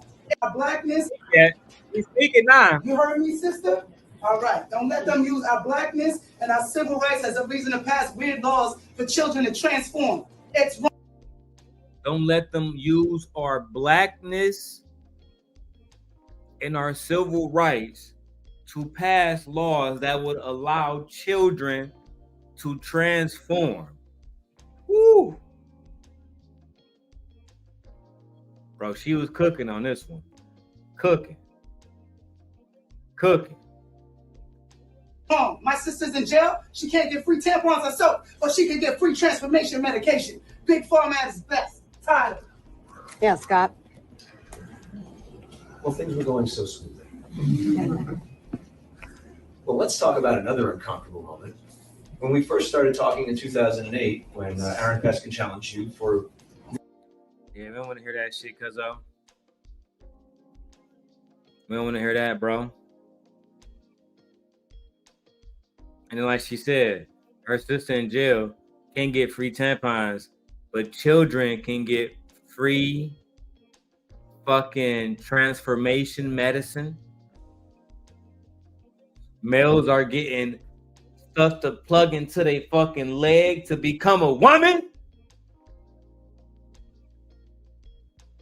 And then, of all fucking things, you made me agree with fucking Megyn Kelly.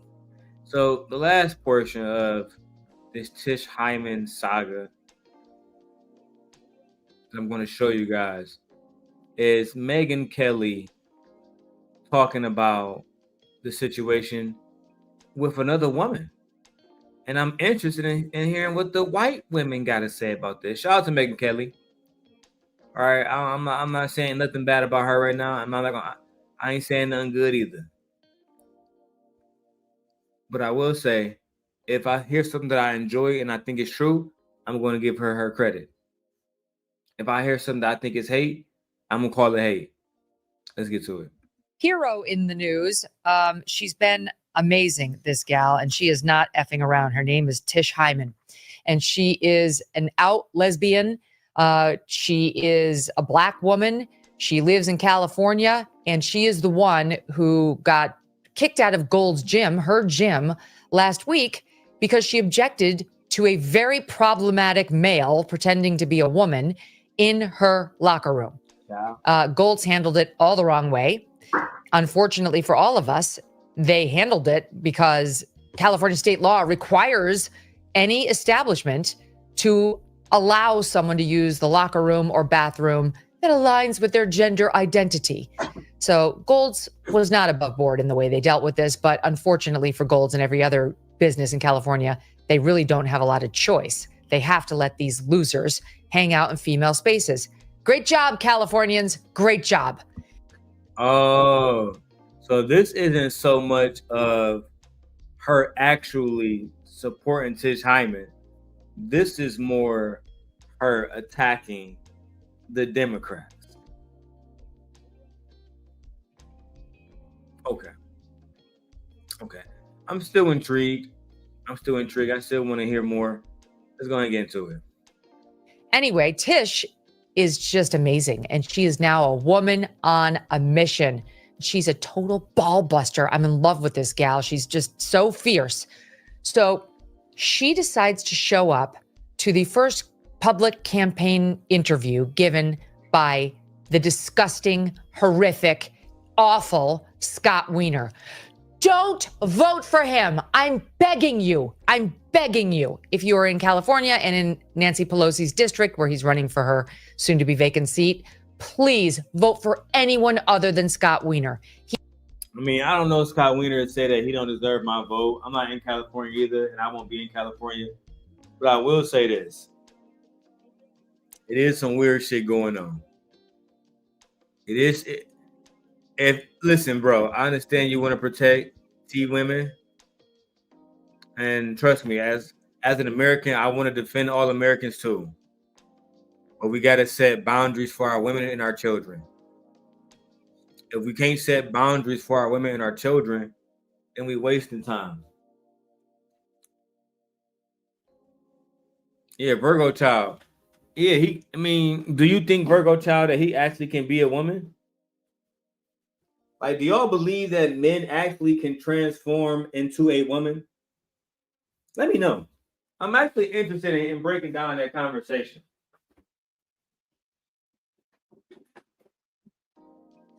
I've only had one T woman on my show. Neve, years ago. My wife says links. All right, babe. I'll give you the link, but do not say any cuss words. You know, YouTube is on my ass. I just got back. I just got unbanned. We're trying to, we want to make this money. They go to the link right there for my wife and for my wife alone. All right. Go ahead and come up, babe. And until my wife come up, then get back to Megyn Kelly video. He is the worst politician in America. He is my number one most loathed politician. There's no one who's done more to trans children than this man. No one. I'm telling you, he's very strange. He's very creepy. There's something about this guy that really creeps me out. And Tish, showed up at his event and decided to ask some questions. We've butted a bunch of the exchanges together. Let's watch them. Here they are. As a lesbian woman who was attacked in the women's locker room at Gold's Gym this week by a self-identifying trans woman with a documented history of domestic violence, I'm deeply concerned about women's safety in female-only spaces. What would you say to women who are seeking assurance that their safety will be protected from men who, by California law, can self-ID as women in women-only spaces, sir? Please tell me. Yeah. So we want, everyone to be safe, and we also know that we have trans people, both men and women, who are men and women, and so so if you're trans women are women. And I'm telling you, as a woman, first and foremost, that this is dangerous, and we need your help because you're in the office. You're gonna go in the publicity spot. I ain't like how he was stuttering, and he really wasn't saying shit. All right. Hey, wife. Hey, honey. How you doing? Sexy. I'm fine. I'm waiting for my lunch to get here. Right quick. Listening.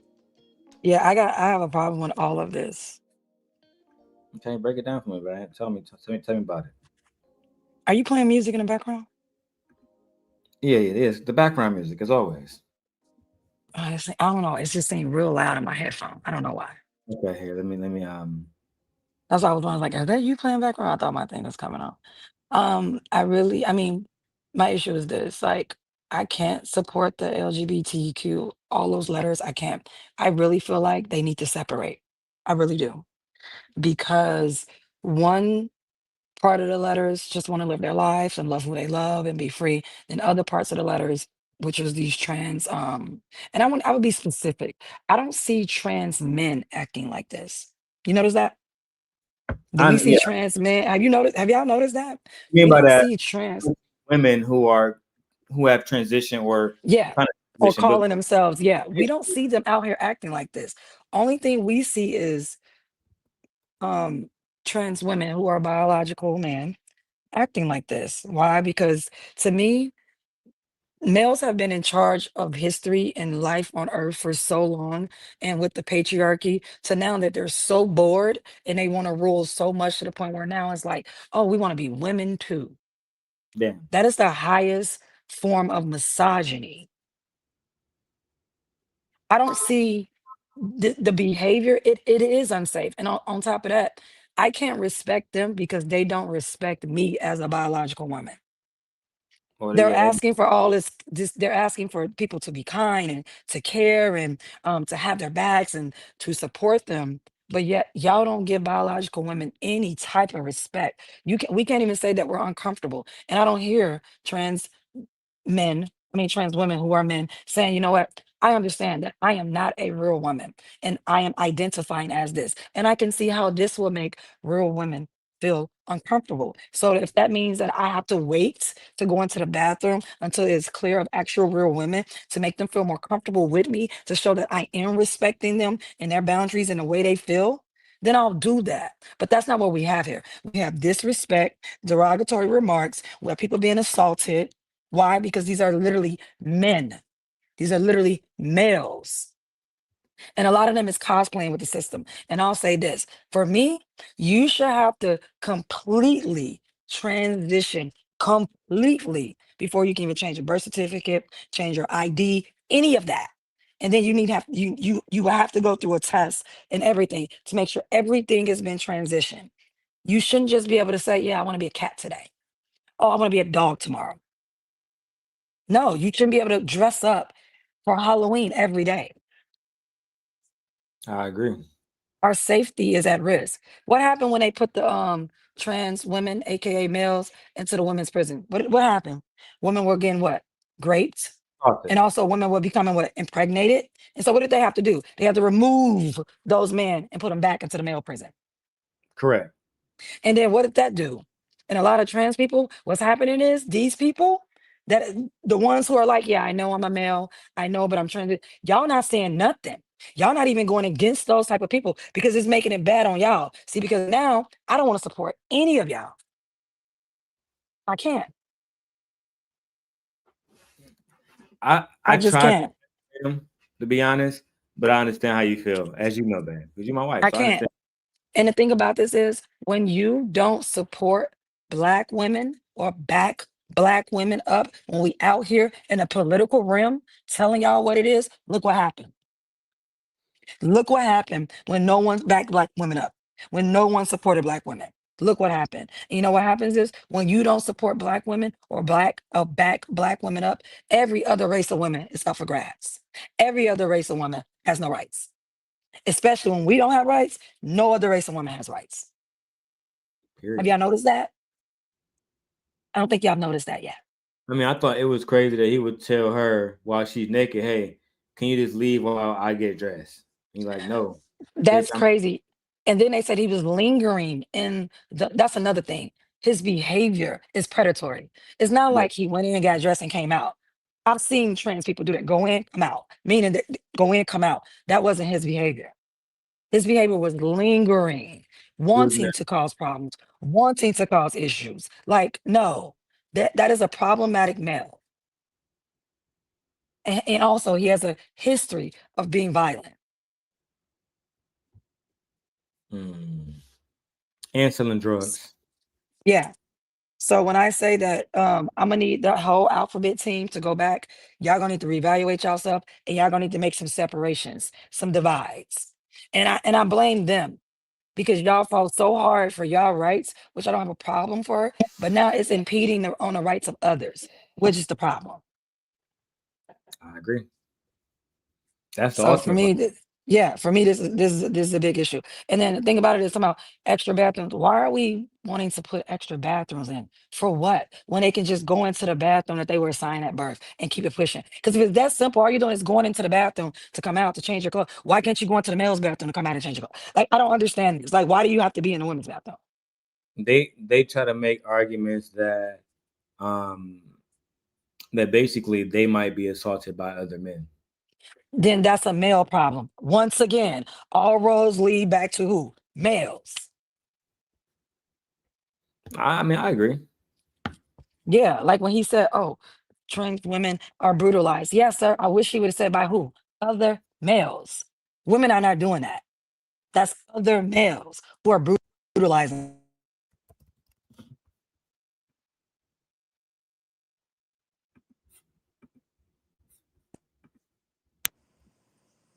How'd your phone, Betty? You drop your phone? No, no, no. My came off. Your AirPod came off. Yeah, but no, that's all I have to say. So that's all I have to say. I mean, I personally don't care if anybody disagree with me or agree with me. If y'all want to debate this, let's go. Let's go.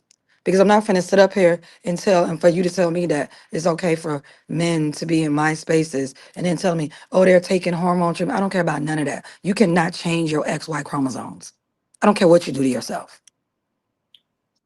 No, you can't. You can't change Even if, it. even if you wanted to, you couldn't. And you saw the Yeah. exchange between her and the senator, where the senator Yeah. he basically He didn't didn't even say know what to shit. say. This is He the didn't know man what to say.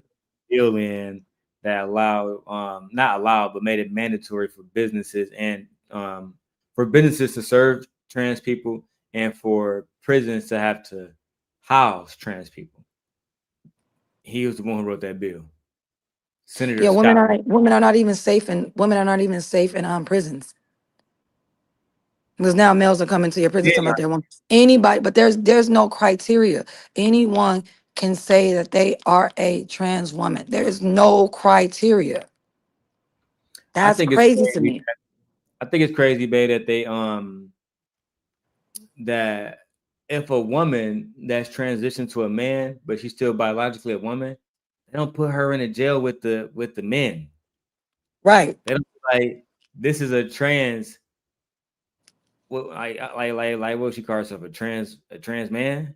Yeah. They don't put her in a they wouldn't They wouldn't do that. no, they wouldn't. And to me, that's crazy. Yeah. But no, males don't care about women. Women are under attack. We have no rights. And I feel like women as a whole, we really need to start standing up. Continue to drop this birth rate. If we can't get safety, we are not giving birth. Continue to drop this birth rate. Also continue to be single. Because I'm okay with this planet going extinct where there's no new humans. I'm okay. It's fine. Because it's not our job. Also, we are not protected at any front. What? How if the planet going stink? How we gonna have grandchildren? We You won't. I see don't my care about hair? that. I His don't care grand about that. I don't care look. about that. I don't feel like I look. women don't need to populate this earth. They don't. If women are not going to be protected, why are we birthing more children into the world? And half those children are going to be girls. I mean, but I protect you. Don't I deserve to have It doesn't grandbabies? matter. No man does. You That's why willing we to need to sacrifice? stand together as a whole. No, that's why we need to stand together as a whole. Like when women's sports, I wish that people, when you see trans people playing in women's sports, I think women should just forfeit. Nope, they can have it. We're not going to play. They should just forfeit. I think That's how women you. should start pulling their memberships from gyms. Yeah, because you know what happens? When we start taking our money out of things, then people listen and they wake up and they pay attention. So if there's enough trans people, and the thing about it is people be trying to say, oh, but trans people only make up 1 or 2% of the population. And if that is the case, then why is 2% of the population having an effect on 98% of the population? That shouldn't be then. So I don't want to hear that argument. So you're on Tish Hyman's side. Yeah. And I'm sick and tired of every time we have a problem with this, y'all want to call us homophobic. No, not at all. She's not homophobic. And that's crazy. And that's how you know it's crazy that she literally is in that same community complaining and y'all calling her homophobic. That's Yeah, I crazy call to me. her That's She's insane. literally lesbian. Yeah. Literally, So no. there's nobody that can say that And the thing she's. about it, I'm not saying that and the thing about that's what I'm saying. I'm not saying that they shouldn't have rights. I'm saying their rights should not impede on other rights, is what I'm saying. Especially the group that they're trying to cosplay as. That's all. You think that they are a threat to women? Yes. Yes. Because if that's the case, then we might as well just have co-ed bathrooms. Don't even have men's bathroom or women's bathroom. Just make it co-ed so everyone can go in at the same time. Why don't That'd be y'all great. do that? Well, you know There's why? a reason y'all don't do that. Because that'd be extremely dangerous for women. Exactly. So just because someone puts a line in front of them, I am a woman, because that's a line or a statement, then he should automatically be safe. And on top of that, another thing that bothers me, that you have other women backing this misogyny. Like I always say, women uphold Hey, the patriarchy too. because you said don't call him a she, so I'm gonna call him by his name. Alexis Black said that when that He took happened, the name of his ex-wife. That's his wife's name. damn, you found this out online. Yeah. You did research. After he broke her jaw. So he broke her jaw, took her name, and became her. Yeah. God damn it! You can't make this shit up. Yeah. I don't even know what I don't know what the fuck else I have to say about this outside of women's rights. Right? Women's rights, women's rights, women's rights, women's rights. I don't know what else to say about this. To me, it just seemed like some goofy shit. Yeah. I wouldn't feel better, but in my mind, to me, they need to go through a whole transformation. If you're that serious about this, then go through the process. Make it happen, Captain. That lets me know you're serious. That lets me know that. You need to go through the entire transformation, both ways, man to woman, woman to the entire transformation before you can even get an ID, change anything, change your birth certificate. And even on your birth certificate, it still shouldn't be able to say woman. It should say trans woman. It should actually break down exactly what the fuck. Like, Yes. okay. Because the Okay. thing about it is, what happens if something happens to one of them and they can't talk or speak of their unconscious? No one knows if they're on hormones or anything. No one knows. That can affect your medical health, your medical diagnoses and stuff like that. I think that it's just dangerous for me. I won't want no grown ass man around Leia. Yeah. You think if I saw a trans person, man, a trans woman go into the bathroom with me and later, oh, we're gonna have a problem. You're gonna wait till my kids come out. You're not going here with my kids. Because there are stories out there where trans people have attacked men who pretending to be women have attacked people in the bathrooms and follow women out. I said what I said. I do appreciate you joining here, wife. I'm gonna move the conversation to my Yeah, no, next I'm topic. gonna go because I'm gonna have to go have my lunch or whatever like that. So I'll see you guys later. But I'm gonna go have lunch. So I'll see you guys later. The big booty wifey. Bye, babe. Bye, guys. Take your tongue out for me, huh? Boy, bye. Bye. Lay back. See, she don't be sure. See, it's hard being married, man. You know what I'm saying? They used to be freaks. Now you get married, they don't even get freaky like that. You know what I'm saying? You know what I'm saying? Listen, the next topic we had to talk about is Melyssa Ford. And Melyssa Ford had a conversation with Charlamagne the God where she said she is tired of toxic men. She's tired of y'all bullshit. And she not dealing with y'all bullshit and y'all drama no more. Period. She not going. Now, child, Charlamagne himself is toxic, but you got it, sis, because you're not trying to deal with him. He's a married man. Let's go on to our next topic. Yay.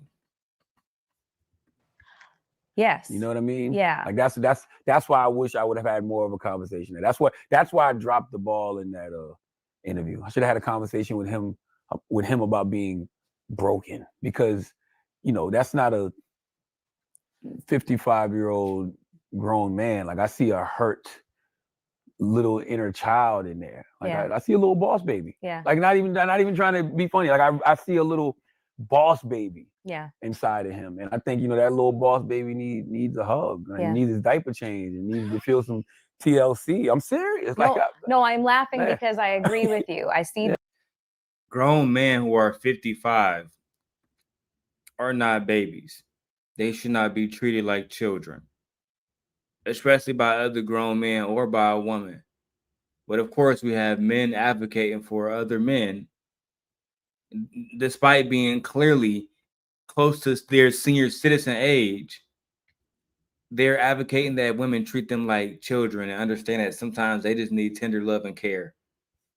No, sometimes they need to be responsible men. Let's start there. I see this a lot. I see a lot of, arrested development, especially within this, our culture. Yeah. There's a lot of arrested development.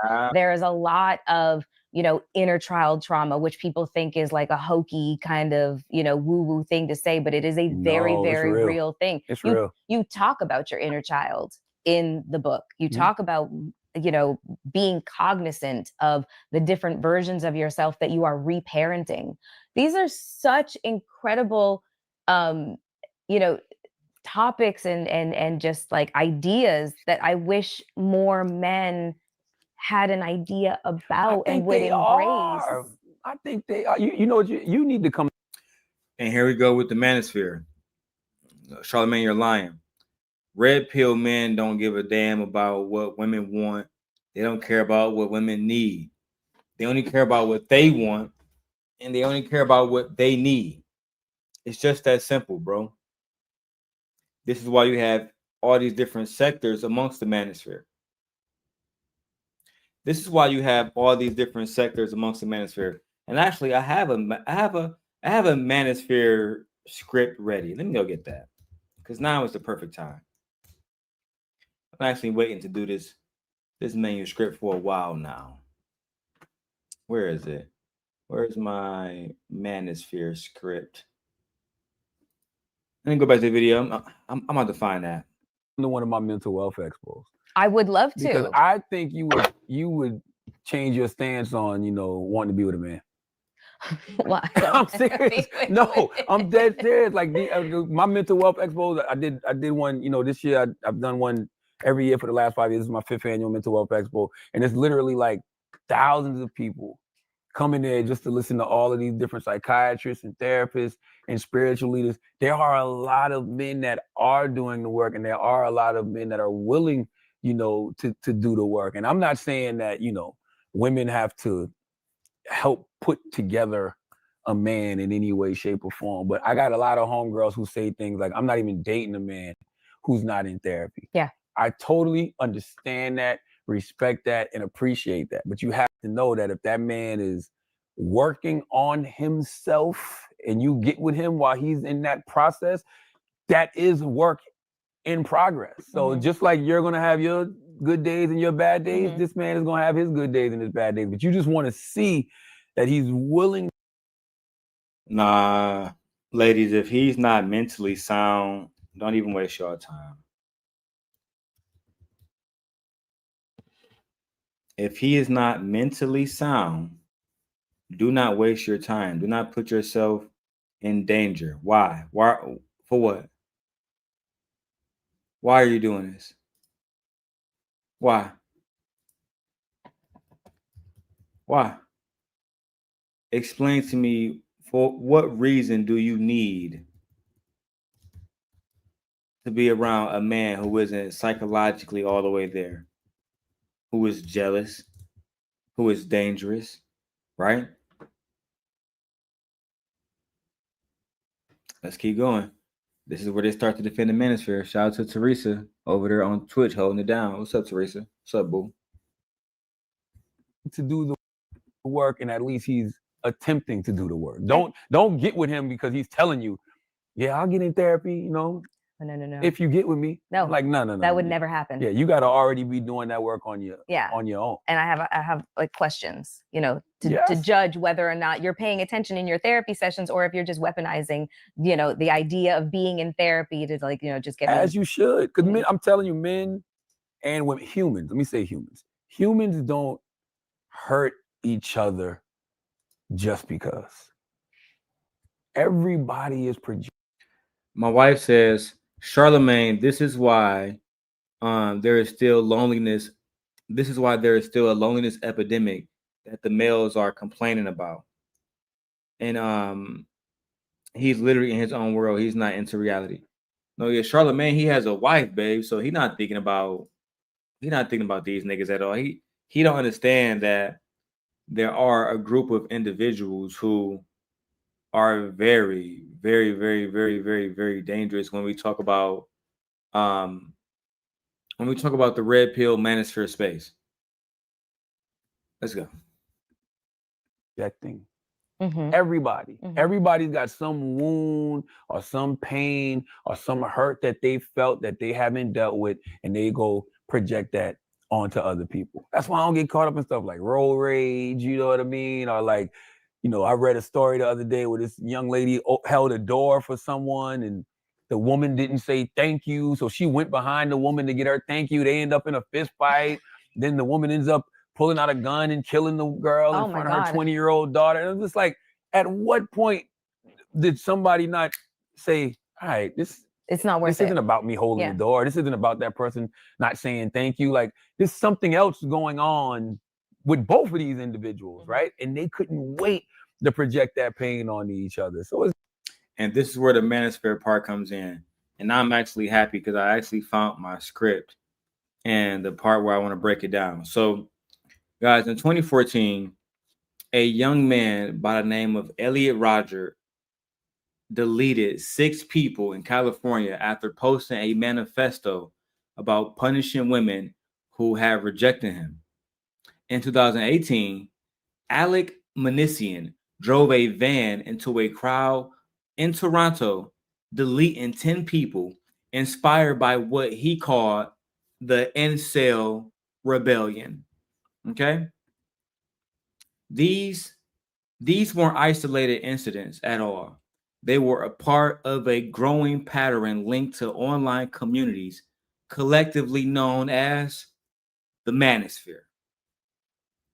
So today, we're going to break down what the Manosphere really is, why it's more dangerous than people actually realize, and how it has influence and is continuing to have influence that is seeping into mainstream culture with devastating real world consequences.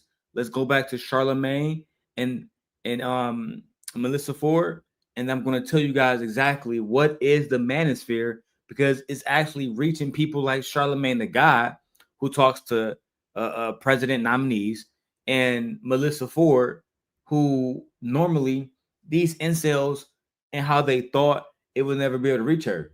But now they have access to the internet. That's dangerous. All right. Teresa says, how's it going? Teresa, we talking about protecting women's rights today. Now it says we got 32 people watching. Put a 1 in the chat if you're here. Put a 1 in the chat and share the video out to somebody that you love, man. Let's go. just like humans aren't naturally just wired to hurt each other. Something happened. Yeah. And I think that we got to remember that about each other. Yeah, I think you talk a lot about our algorithms being very subjective, and we can create these algorithms, and sometimes there's stuff that just kind of gets funneled to us. But I will admit that my algorithm is very specific. There's a lot of cats and dogs in there because for the just I need the laughter and I need just the good heartfelt moments. There's a lot of travel because I'm constantly thinking about where I want to go next and what part of the world, part of the globe I need to see. There's a lot of women empowerment stuff, but a lot of times when you do have the women empowerment part of your algorithm, a lot of the other side is going to filter itself in, and that's the gender war-y, masculinity versus femininity whole rhetoric and stuff like that. Here we go. Masculinity versus femininity stuff. And for the guys and for the people who might want to react to this video, this is on the Hot and Unbothered channel by Melyssa Ford. Timestamp by hour and 30 minutes. If you're interested in doing new reactions. My wife says for him to say that statement, talking about humans, my wife is saying that Charlemagne don't know anything about men. Nothing at all. I don't think my wife liked Charlemagne. And guys, if you guys could please support the Cash App, $DLong316. We try to get at least $100 every time we stream. We try to listen, the more money we make on the stream, the more production we can put out. And we have the best content, the best commentary. All right. Certainly in this space. Okay. So we just want a little bit of support. $DLong316. Let's get to it. And it does start to, kind of have an effect on you. I guess it's not that I don't believe that there is a huge swath of the male population that is interested in growth and evolution and their mental health. I absolutely believe that. I think that the ones that aren't, I think that the Manosphere, Red Pill Nation podcast bros, I think that they are so much louder. But that's the loud minority a lot of times. And then when you see the comments, well, not only that, I mean, when Well, it's not that they're the minority, right? So let's really break down what is the Manosphere. Let me take a little drink of my coffee. Take a little drink of my coffee. So, what exactly is the Manosphere? The Manosphere is not one single website or one single community, but rather the Manosphere is an interconnected network of online spaces centered around male grievances, bandits, and anti-feminist ideologies. Okay? The Manosphere includes several key groups, and I will identify those groups now. Number 1, incels, or involuntary celibate men who blame women for their romantic failures and often express violent fantasies about revenge.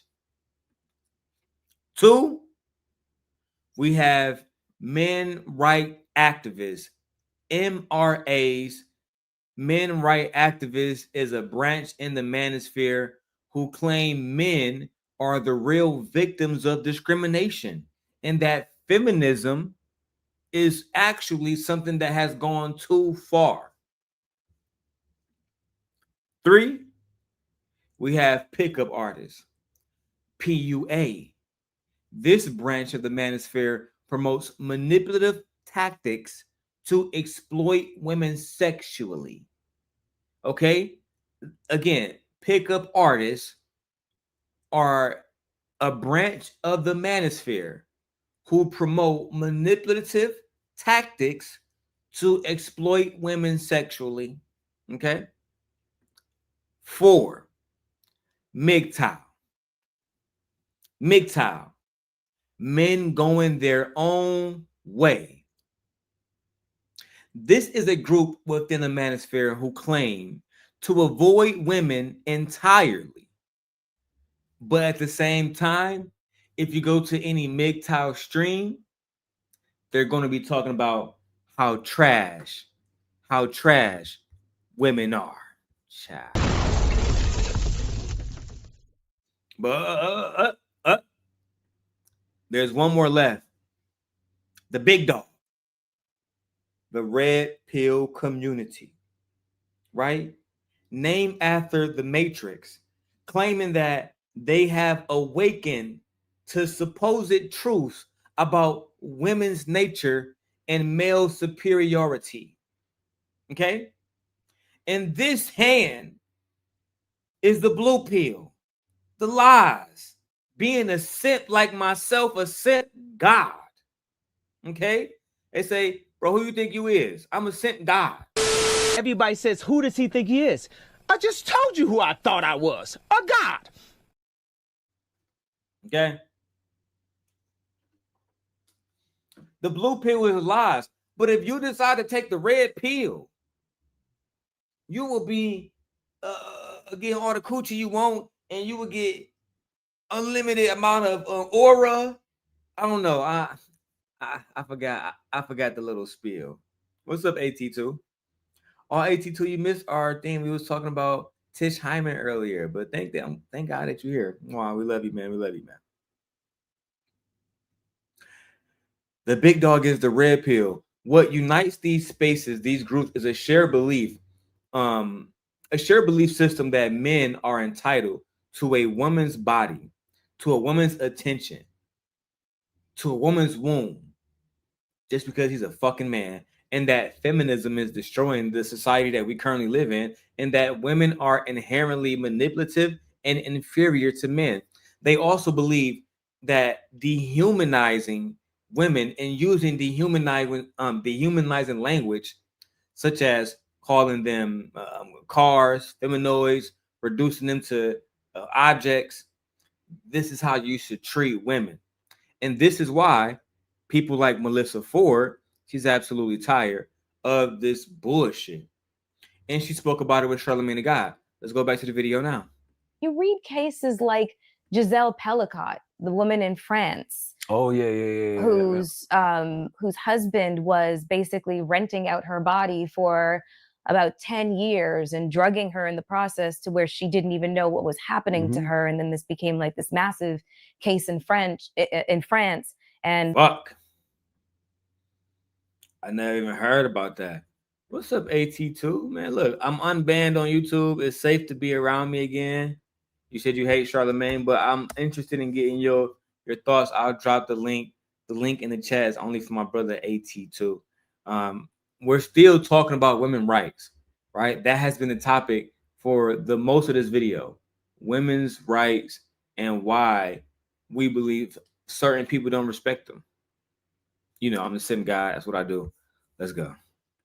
51 men saw some kind of level of prosecution, but it was up to 80 men that had participated in this. And 80 men had participated in a little French girl getting SA, and y'all talking about some women are safe and men are not fucking dangerous animals. Child. Okay. Thank you, sir. They were doctors, lawyers, grandfathers, fathers, brothers. They were all, you know, pillars of society and members of society, professional, et cetera, et cetera. But they was buying pussy.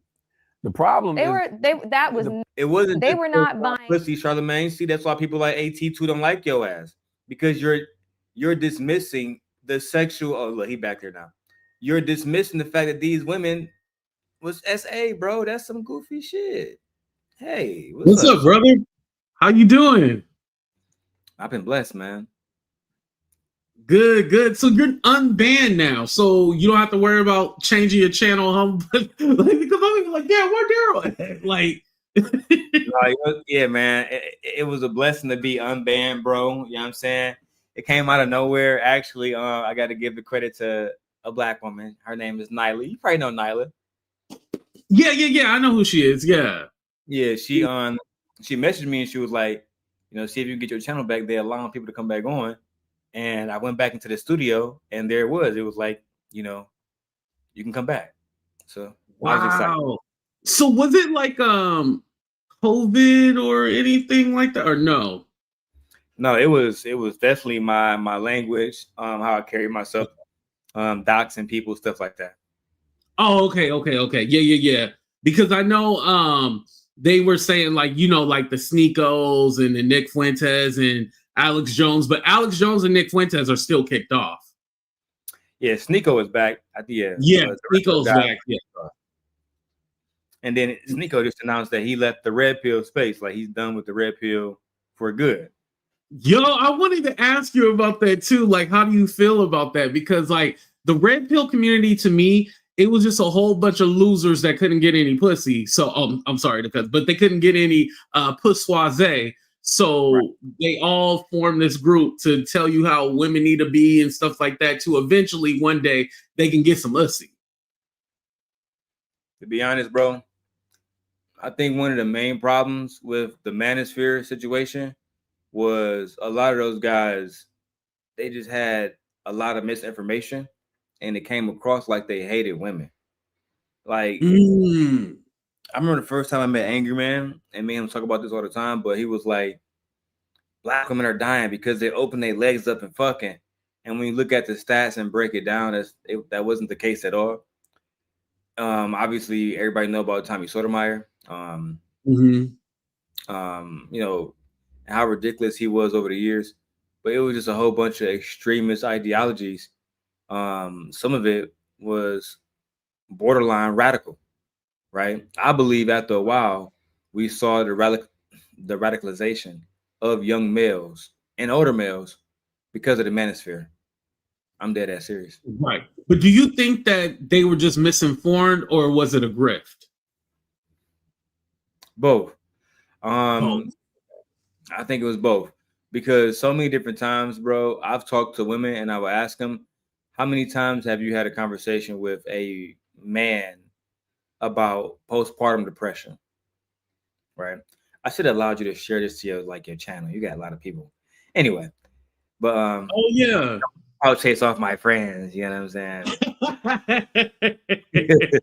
It's But so funny because before this, I was talking about how I'm the king, my star has risen, and I would never click nobody's link because I'm too much of a star. And then I ended up clicking your link.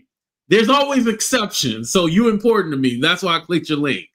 likewise, sir. You know I got none but love for you.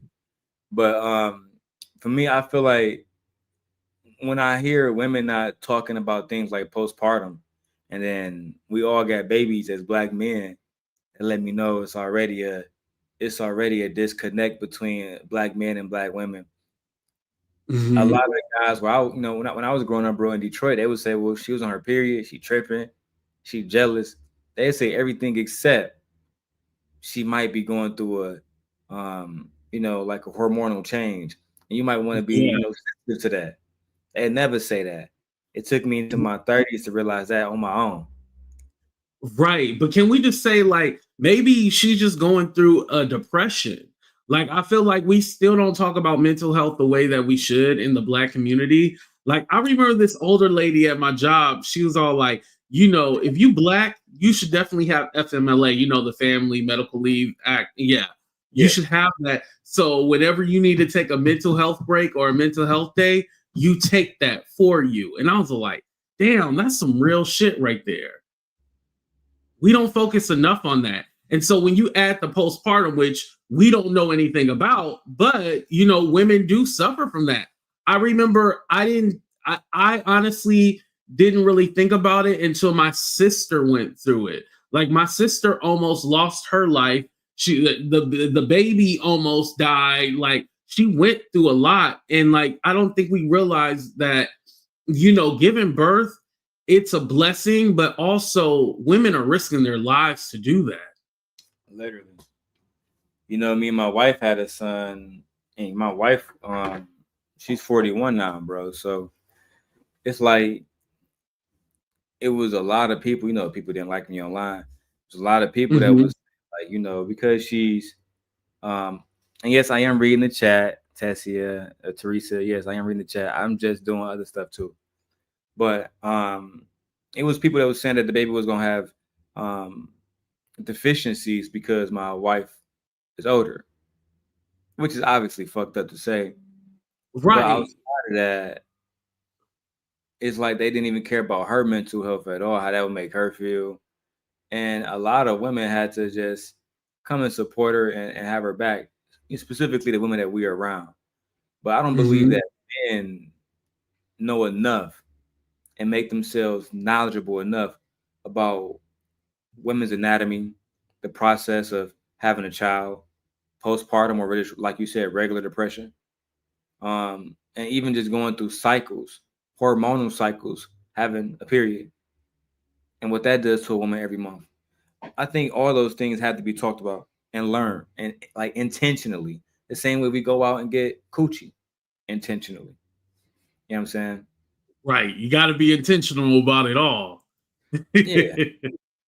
No, and also too, I think that when some people have a problem actually understanding, and granted, if it's not within you, maybe you don't know or maybe you don't understand, but some people are not listening to understand, they're listening to respond. And I think that's also important to state too, because in the red pill, I don't think, like, they do the panel with the women and stuff like that, but they're not actually trying to have a discussion. It's more like they trying to get that got you moment, that clickbait, that sound bite, so then they can go viral and stuff like that. Honestly, I don't think they care about repairing the relationship between us and women. They don't give a damn. I don't think so either. I don't think that that's something that they're interested in doing, and they're just trying to get the money. You know what I mean? I've been covering people like Anton specifically for years. And I remember when Anton was a little dog. I was actually in the lead attorney chat yesterday, and I remember when he had less than 1,000 subscribers. I remember when I had more subscribers than the lead attorney, which is crazy. Wow. And you know what? In the beginning, he would go to different people's channel and show them love. And so like he kind of built his brand and everything like that, He so yeah, shout out to him. Yeah, he got the fuck on immediately, man. He left. I did think it was crazy, but I can't get mad at him. You know, it is what it is. Yeah, no, now where I am, I see why he got in and got out and was all like, oh, yeah, I don't need you mofos no more because y'all don't know how to act. Like, when you show somebody love and then you get back hate and vitriol, it's all like, okay, I see, like, I can't deal with you because y'all have this complex of, like, and I'm not talking about you, I'm just using all in general. Like, y'all have this complex of, like, oh, you think you this, you think you that. No, I've always been the same person, you know, maybe a little cockier, but I've always been the same person. I talk to you the same way, but it's all like now they see you as competition and, oh, how'd you get this? How'd you get that? Like, I can't deal with that no more. I think the Manosphere died when Kevin Samuels died. Oh, right? Yeah, definitely. And when that white lady, Just Pearly, was like the new king of the, how is she the king and she a whole plain white woman? Not even a beautiful one, just plain. It goes against their own values. They say that women should not prioritize business and being an entrepreneur over being a mother, for example. Pearl has no children to this day, and she literally bragging about hiring people. She was by all means a businesswoman and a boss. Right. So, and she wasn't paying people allegedly well, you know, she was just giving them a couple of dollars for all that foolery, and she was making all the money. She was giving them what some would consider slave wages. And they said that the one, you know, what is his name? Sarah? Sarah, his name is Sarah Garvey. I knew you were talking about, Sarah. Yeah. I just seen him on my timeline for the first time. The only time I had watched him when he was going through it with Pearly and then with Pearl. Other than that, he has not came up on my timeline. But recently, he's like doing some acting stuff. I was all like, oh, okay. And that's probably who he should have been. Like, you know, because I know before they were kind of exposing him because they say he was zesty or whatever. But he's into acting. He's into the arts. He should have been doing that. And so that just lets me know that these people put on characters. You know why the right wing is so strong and powerful with the social media stuff is because they make them do like acting and stuff like that and get into speech. And that's why they can deliver lines so effortlessly. You know, like it's that repetition that they have. And so they take those classes and they learn how to put on a character, you know, because you think like, damn, you can't really be this shitty in real life. Some of them are, but you can't really be this shitty. And, you know, it's because they're actors. They're trained to do it. No, some people actually know how to be very professional and they understand how to tap into whatever emotion that they need if they have a certain amount of range within their ability to act. Let's say as far as the red pill space, it even got back to people like Melyssa Ford. Are you familiar with this interview? So I watched someone else talk about how she kind of was talking about misogyny, but I have not watched it myself, so I'm interested in hearing about it. Okay, all right. I'm glad you're sticking around. Let's go. Pussy, they were graping. But wasn't he selling her? I thought he was her husband or something. She was unconscious. Oh, he was drugging her and renting out her body. Got you. Yeah, got you. That was wild. And so when you hear things about that, when you see the swath of men from all walks of life participating in something like that, when you hear about this group chat of like 72,000 men sharing pictures of their wives and girlfriends in an intimate manner and exchanging stories as to how to manipulate women. And yeah, that sounds kind of crazy to me. Why would you share a picture of your wife with your man's in a group so y'all can talk about sex stories together as men? That's heterosexual. But with the pictures though, like y'all listen, that whole Diddy thing, it opened up my mind to realize like, oh, they all like this kind of weird, freaky stuff. Like this is all like a they like having people perform and do things in front of them. Like it turns them on. It reminded me of that song in the 80s where I think it's called eugenics, something like that. It was like some of them want to abuse you, some of them. Yeah. That's true. Some of them want to be abused, and some of them want to be abused by you. It's such a weird culture. And you only find it in certain environments. I'm not sure if the manosphere is a part of what she's talking about. I think she's talking about an overarching, like the pipeline from manosphere to radicalization is what she's talking about. I don't think that people like Daniels and Tommy Sotomayor was one of those French guys out there paying for a woman's corpse who was basically drugged out, right? I don't think that. Right. No, I don't think that either. I think that's a certain level when it gets to like once you get radical, that's where you get to the Epstein level.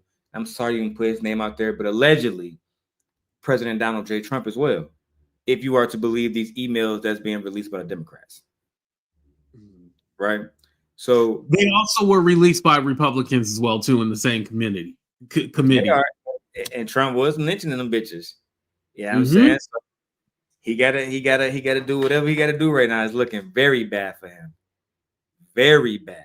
Because like she said, men from all walks of life allegedly are participating in some very wicked business. And it's leaving women feeling, vulnerable. I worry about my daughters all the time. No bullshit. I worry about how far people are going to take me in order to protect them all the time. Man. Like literally, I swear to God.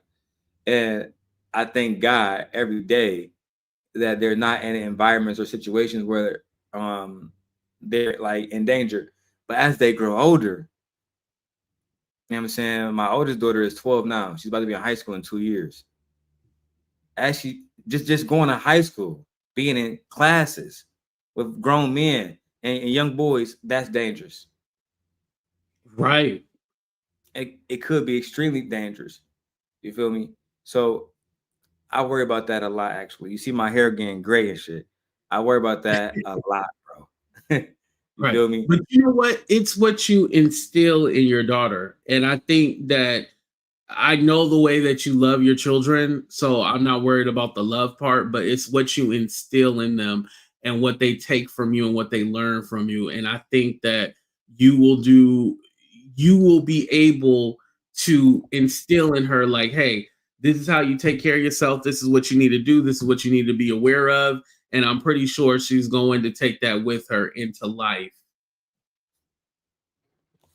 I will hope so. I will hope that I teach her, because I'm going to teach her how to protect herself, teach her how to use weapons, teach her how to use mace, how to, make sure that she's properly carrying, concealing, and make sure that nobody is aware of her intentions to protect herself. And I can train her all I want, and I agree with you. I just know I can never account for men. Men be doing wicked shit. Like, I'm not even gonna lie, bro. And I shouldn't say this, but I'm gonna say it as I said it before. I was a major Diddy fan. You know what I'm saying? I fuck with Diddy, I fuck with Suge Knight. Big 90s hip-hop fan. It's hard to be a 90s hip-hop and R&B fan and not be a fan of Bad Boy. You know what I'm saying? So to hear all the shit that was happening and everybody that's involved and how wicked it was, bro, shit, to me, that's worse than anything a lot of people like Suge Knight and all the rest of these guys did, because you really put a lot of people's lives in danger and gave them trauma for the rest of their fucking lives. Then lying to us directly. I never put my hands on Cassie when you know you did. You know what I'm saying? That's what I'm talking about. Like, men seeing women so beneath them that they can treat them, like a fucking ant at the heel of their boot. If that was my daughter, you know what I'm saying, I couldn't even be talking to you no more. I couldn't even be a content creator no more, because it'd get so wicked. Right. You know what I'm saying? I'd probably go to jail or die, because this type of, in my opinion, this type of fucking behavior is never acceptable, bro. And the fact that Melyssa Ford talking about it, how is the bad bitches even hearing about these incel niggas? My bad. I'll let you talk, bro. Yeah, well, you know, with Melyssa, I think she, if I remember correctly, I think she went through her own thing, not like the Diddy situation, but I think she had like a bad relationship before. But don't quote me. But you know, somebody like her, she goes, you know, even though she bad, like she go through the shit that other women go through too as well. So she can only talk about things like from experience, you know, not necessarily this whole thing about being a corpse, but I mean, you know, she was a video vixen. So yeah, people were around and I know she's seen some shit. So you think that she went through something similar to like the Epstein girls and the, you know, the Diddy victims, et cetera, and that's why she don't really like the red pill content type shit. Not that she went through it, but she probably has seen it. Like seen it throughout the industry. Yeah. Okay, been around it. All right, I can respect that. I appreciate it, bro. Let's see what else she said. Cause they was complaining about this shit. I haven't heard nothing bad so far. Drug them and take advantage of them, and I mean, listen, there's some men that you trust to bear more. Well, that shit y'all was arguing about. I hate to keep pausing it, but wasn't Charlemagne allegedly brought up on some wicked charges with a woman? Mm-hmm. Where they, you know what I'm saying, they said he was doing some demonic shit. I wish I had it right now, but when I edit this, I'm gonna put it up like the article. Oh, yeah. Yeah, he did some real messed up stuff. Allegedly. I don't know if he was ever convicted. I don't think so. He wasn't convicted. I do know that. He wasn't. And the victim was a black woman. Yes. I believe her name was like Jessica or something like that. Yeah, I'm not sure if he's the best person to be talking about this right now, Dan. And here's the thing with Charlemagne. He's not the best person to talk about anything because he's such a hypocrite and he doesn't really stand on anything. Like his thing is like, he's just finally so happy that he's out of the shadows of Wendy Williams and that he gets to go on all these platforms and speak his mind. But the thing is that he's literally just speaking. He's not saying anything of value. He doesn't add anything of value to conversations. He's just literally just rambling off. And it's all like, dude, did you not like research or like look into that? You just literally just saying whatever. And like, here's the thing. There's people, you know, these shows be heavily produced. I'll take I don't know about Melissa's show, but the Breakfast Club, they have producers and stuff like that who can do research and do things for them. So he's choosing to be ignorant. He's willfully ignorant on purpose. Which is ridiculous because you probably got a research team and everything, like you're saying, Mm-hmm. that can give you information at the ready. And you can get somebody there like Lauren LaRosa, who is extremely knowledgeable. Yeah. And she's supposed to be a producer too, as I understand. Is she? I thought she barely had a job. Yeah, so she's a producer and then she does she's an on-air talent too as well. So hell, it sounds like she's more important than all three of them. It sounds like it. I don't even know why they got Jess the Mess on there. I think she's on some bullshit. I think Jess probably was. I think they thought Jess was going to be like this big star, and we were like, "Oh, she's going to bring the funny and all this other stuff." And then I don't think. I think what happened was that she came in on the year of an election year, and not like when everything was all good in the hood, and you know we were in a time to laugh and cheer, and then she was pregnant, so she was gone for like, you know, hella months, and yeah, she came on bad timing. Yeah, I'm not sure how I feel about Jess the Mess just yet. I like her sketch she be doing. She kind of funny. I do think she's attractive. You know, I like chocolate women. But she be wilding too. And I kind of feel like she don't add a lot of substance to the conversation. Right. That's my part. Like with Lauren, I get all the beauty and everything, and she add a tons of substance. You know what I'm saying? Substance overload. With Jess, is almost like I'm talking to one of the homies. Right. It's underwhelming. And I know it's a morning time show, but damn, could you put some energy into it? You know what I mean? Like, it's no energy, no Yeah, yo, what's up? What like it's no energy. Nothing. 6 o'clock in the morning. If you have the iHeartRadio app, you know what I'm saying, you can listen to them. But yeah, she don't be saying shit. I love listening to Lauren because Lauren actually is going to give me really deep thoughts. I would go as far as I would love to hear Melyssa Ford talk more than Just Hilarious. It's not an attack against her. It's just a side note that I'm just saying before we get back to the video. Thank you, bro. Right. I would agree with you. Look, none of us like Just Hilarious. We love what you look like, but we don't want to hear you on the radio. That's all we saying, sis. Right. Instagram is your spot. That's where you should have stayed. Instagram. Oh yeah. Yeah, that's your sweet spot. Literally. Oh my God. So good, so well, so funny. But talking about politics, SNAP benefits, housing authority shit, and ICE, no. Yeah, I don't want to hear you talk about that. We need Angela Rye. Oh, my favorite person, Teslin Figueroa. Oh, I love Teslin. Yeah, she is dope. Yes. Teslin sent me a $50 cash app one day. Really? She did. Wow. It was I can show you, but it's not to brag, right?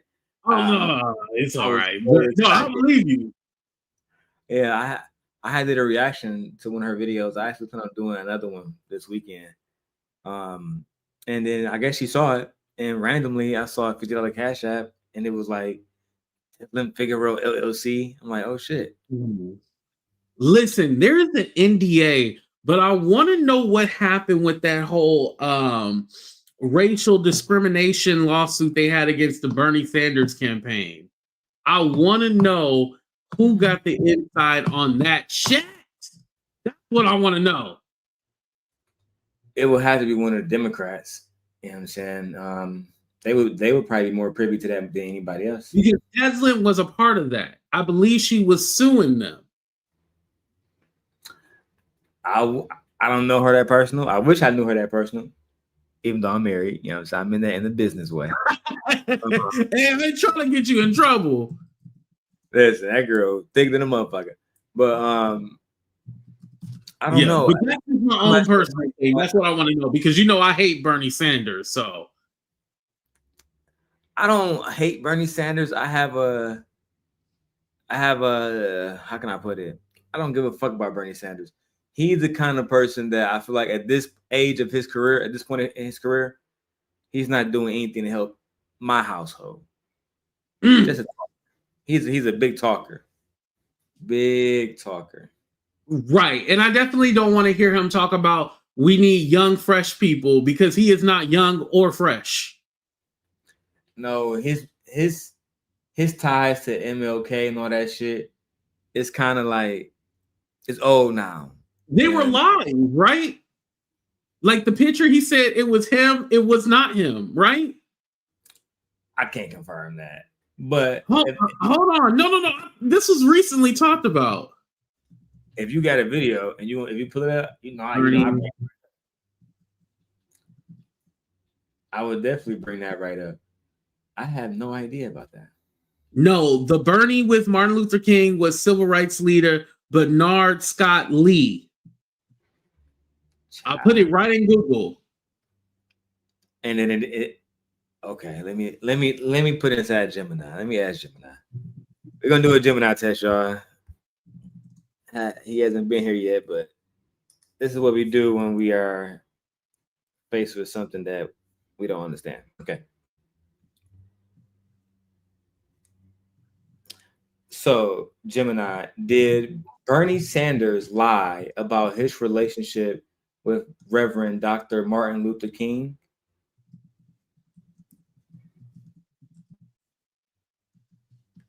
No, Bernie Sanders did not lie about his connection to the civil rights movement and Martin Luther King Jr. Sanders was an active participant in the 1960s civil rights movement. He was an organizer for the Congress of Racial Equality, CORE, and the Student Nonviolent Coordinating Committee, SNCC, while attending the University of Chicago. He was arrested in 1963 for protesting school segregation in Chicago. He attended the 1963 March on Washington for Jobs and Freedom, where Dr. King delivered the I Have a Dream speech. While he did not have a close personal working relationship with Dr. King, his involvement in the broader movement and attendance at the March on Washington are documented. What's your thoughts about that? So I remember there was a picture like this white guy sitting down, and then like Martin Luther King was in the picture. And they were like, "Yeah, that's Bernie Sanders. It's Bernie Sanders," and it was not him. Now I'm not denying that he did work with civil rights groups and stuff like that, but he did not have this, like they said, close relationship with Dr. Martin Luther King. It was put that way to try to get the votes, though. You know what I mean? He tried to make it seem like him and Dr. King was sitting together writing legislation together, and that was never the case. Never. There's no black people in Vermont. Come on now. But I'll let you tell it. If he actually did have this, that kind of connection to the King family, I would think that he would be pushing Bernice King or one of the descendants to actually run for office, right? And actually support them. But because he don't have that relationship, and I learned that a long time ago about his ass, he just be talking shit. He's like the white person that be like, "Oh yeah, I got a black friend, so I'm cool." No, right? No, you're not. But like none of the pieces of legislation that he has tried to put through has ever passed. Do you know that it was said that Kamala was more progressive than Bernie Sanders, had a more progressive voting record than Bernie Sanders? Bernie is just all talk. He doesn't do anything. Bernie, my first time really hearing about black people supporting him at all is when he was in Michigan. We had voted for weed to become legally, like recreational, and Bernie Sanders was a big part of that. He would come back and forth, and he would talk about why people shouldn't be locked up for marijuana, et cetera, et cetera. And of course, most people have these talking points, right? So he seemed like the good guy, but he was never a part of any legislation that got people out of jail for marijuana at the same time. So that just shows me he was a white guy that maybe wanted to do the right thing, but never had enough power within his own community to get shit done. Donald Trump got way more power than Bernie Sanders ever had. You know what I'm saying? So it's like, me personally, I don't believe he's respected amongst his community. I believe they look at him like the old shabby dude that we can't wait till he gone. That's it. Right. I feel like they don't respect him at all. They look at him like he's weak. I have to agree with you. Yeah, I have to agree. And it's not that I dislike him. I have to agree with you. He hasn't done anything, and he's trying to make it seem like he's done so much with black people because you march with us.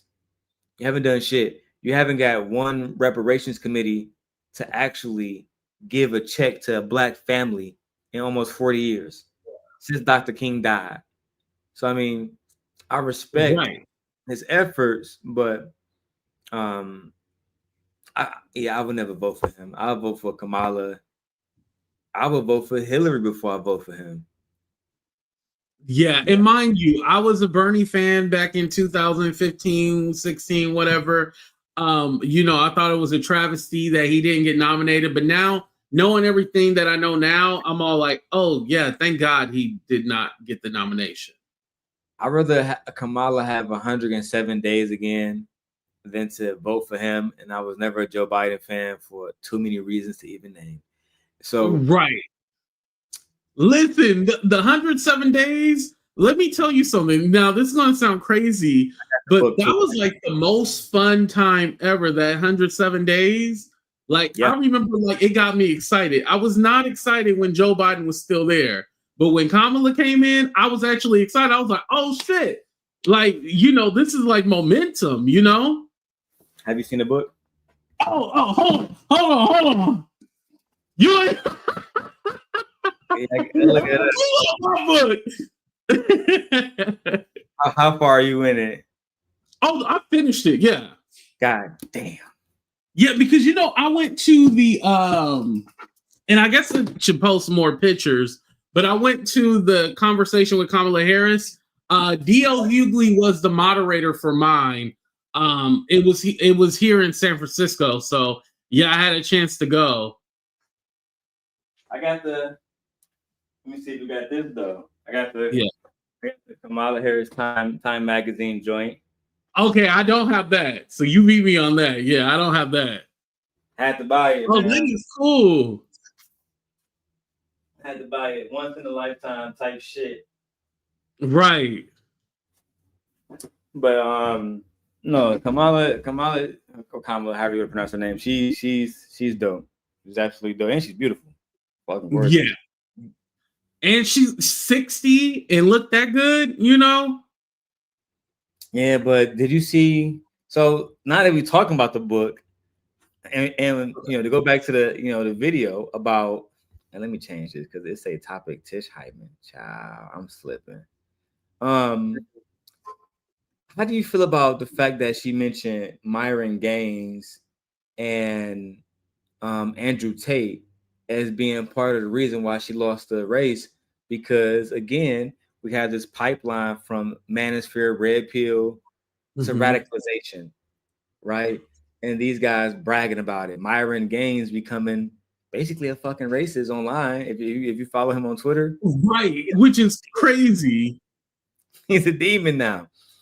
And he be talking about how like white people need their own stuff and all this other shit. And I'm all like, and he's literally in these like white supremacist chat. Like it's crazy. Yeah, it's beyond crazy. It's insulting because a lot of black men supported him, like Kevin Samuels, et cetera, et cetera, et cetera. You know what I'm saying? Well, this proves that one point. It's a grift. It is a grift. It is a grift. And the one girlfriend he had, he lost. But what are your thoughts about Kamala saying that they was able to influence young men so much that they might have lost her the race? See, with the Andrew Tate and the Myron Gaines, I don't feel like them necessarily, but I will say the red pill in general, I would say that they did move the needle because you've seen people like, even though he's not red pill, but like streamers like Aiden Ross, Logan Paul, you see like a lot of those people, Joe Rogan, they were so pro MAGA and so pro Trump. Theo Vaughn, like those were people that I would say had stronger influence than Myron Gaines and Andrew Tate. Because, Andrew Tate was going through his own thing in Romania. But anyway, I would say that whole culture did have an influence of like being so pro MAGA, but it wasn't. But if you pay attention, they weren't necessarily talking about anything about policy. It was just all like, yeah, Trump's going to come in, he's going to save the economy, and but it was no policy that they were ever putting out there. Like he's going to do this, he's going to do that. This is how he's going to accomplish it. It was just things that they were spouting off. And now this is why you see them like, oh man, we didn't vote for this. No, bitch, you did vote for it. That's exactly what you did. They voted for it. It's what they wanted. Yep. I actually couldn't agree more. Let me go back to Melyssa Ford and her fine ass and hear her talk about why you banned Joe Budden podcast yet? You say what? Did she bring up the Joe Budden podcast yet? You know what? I actually didn't. I didn't go through the whole podcast. I ain't gonna lie. I went. I'll let you go ahead and play. I'll shut up. Okay. If you got a timestamp for that part too, please provide it, and I will be happy to review that part. The bear or the man, whatever. There's something. If you ran into a strange man or a bear in the woods, who would you choose? 98% of women chose the bear, and men lost their ever-loving minds. I mean, because it is a very ridiculous thing. Do you want? How is it ridiculous, Charlamagne? Men are fucking dangerous. They're more dangerous than ever. Here's the thing, though. He knows the analogy and what she was trying to say. He knows it. He's pretending to be obtuse. He's pretending to be stupid. Correct. But he knew what she meant. Correct. And why women voted for it at that level. The bear, let's say if the bear is hungry, yeah, the bear might take a little snap away or whatever. But if you look at statistics, right, and you think logically, like men tell women to think, stats say that most encounters that humans have with bears, humans walk away from it unscathed, unsexually assaulted, etc., etc. But when you look at Black women and romantic partner violence, trafficking, SAing, beating on them, no, there's a good opportunity that even if the bear helped the girl get out the woods safe, he's not going to be like, now you owe me coochie. Now you have to submit. Right? Now you owe me. The men are going to say these things, and then see, as a Virgo, I like to understand the argument. That way I can win an argument. So I really understand why women chose the bear over the men. The bear isn't thinking about getting this woman to basically submit and be and take away all her rights, make her have a baby. None of that. The bear just want to make you safe.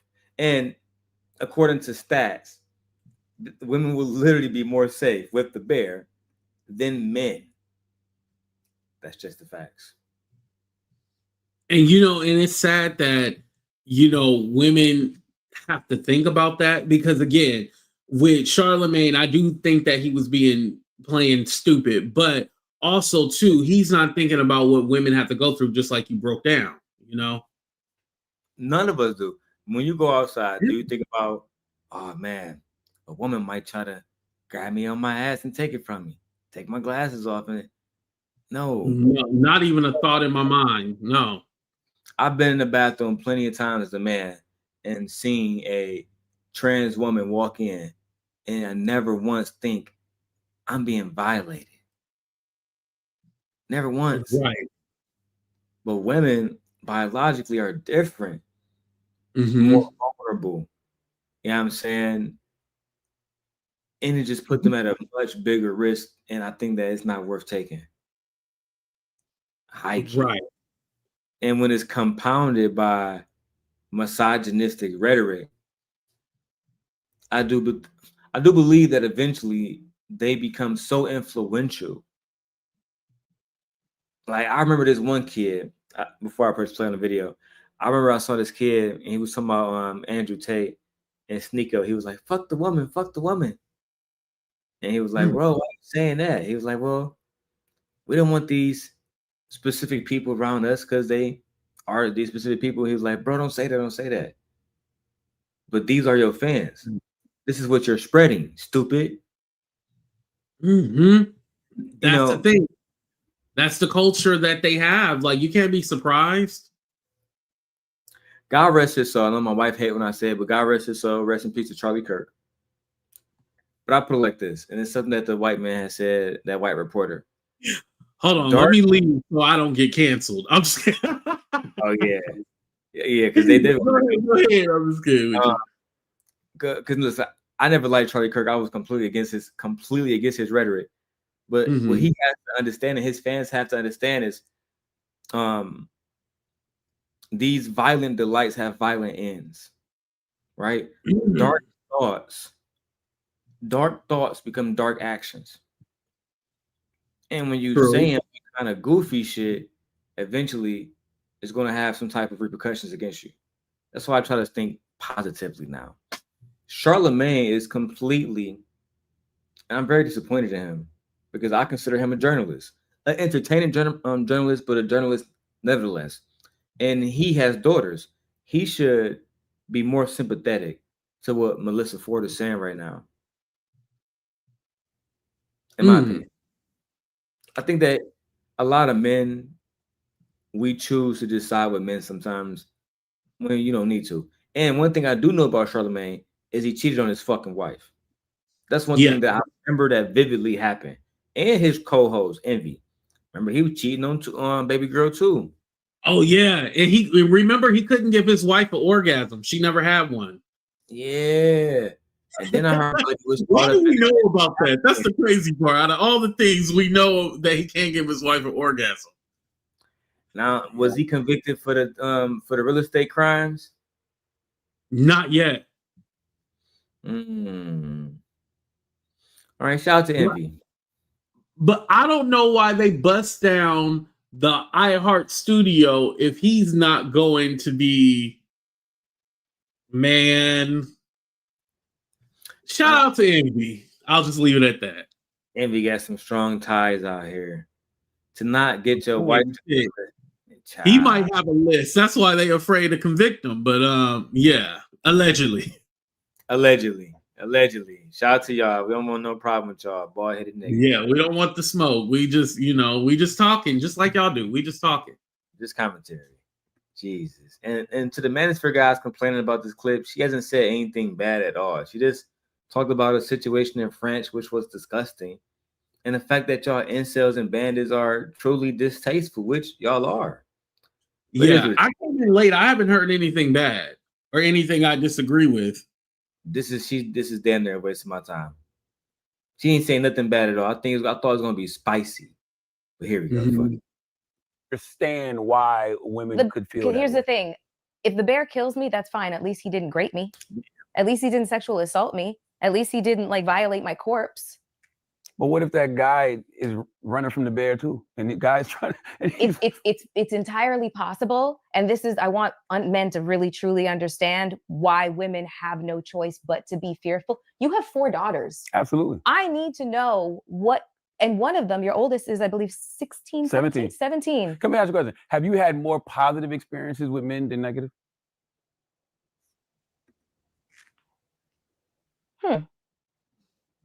It's an interesting question. That means no. Yeah, she got to think, then it's a no. Sorry. They're doing construction around my building. Well, around my house. Not my building. I live in it. Oh, I can't even hear anything. It don't pick up on the mic. Yay. Shout out to my MacBook Pro Max.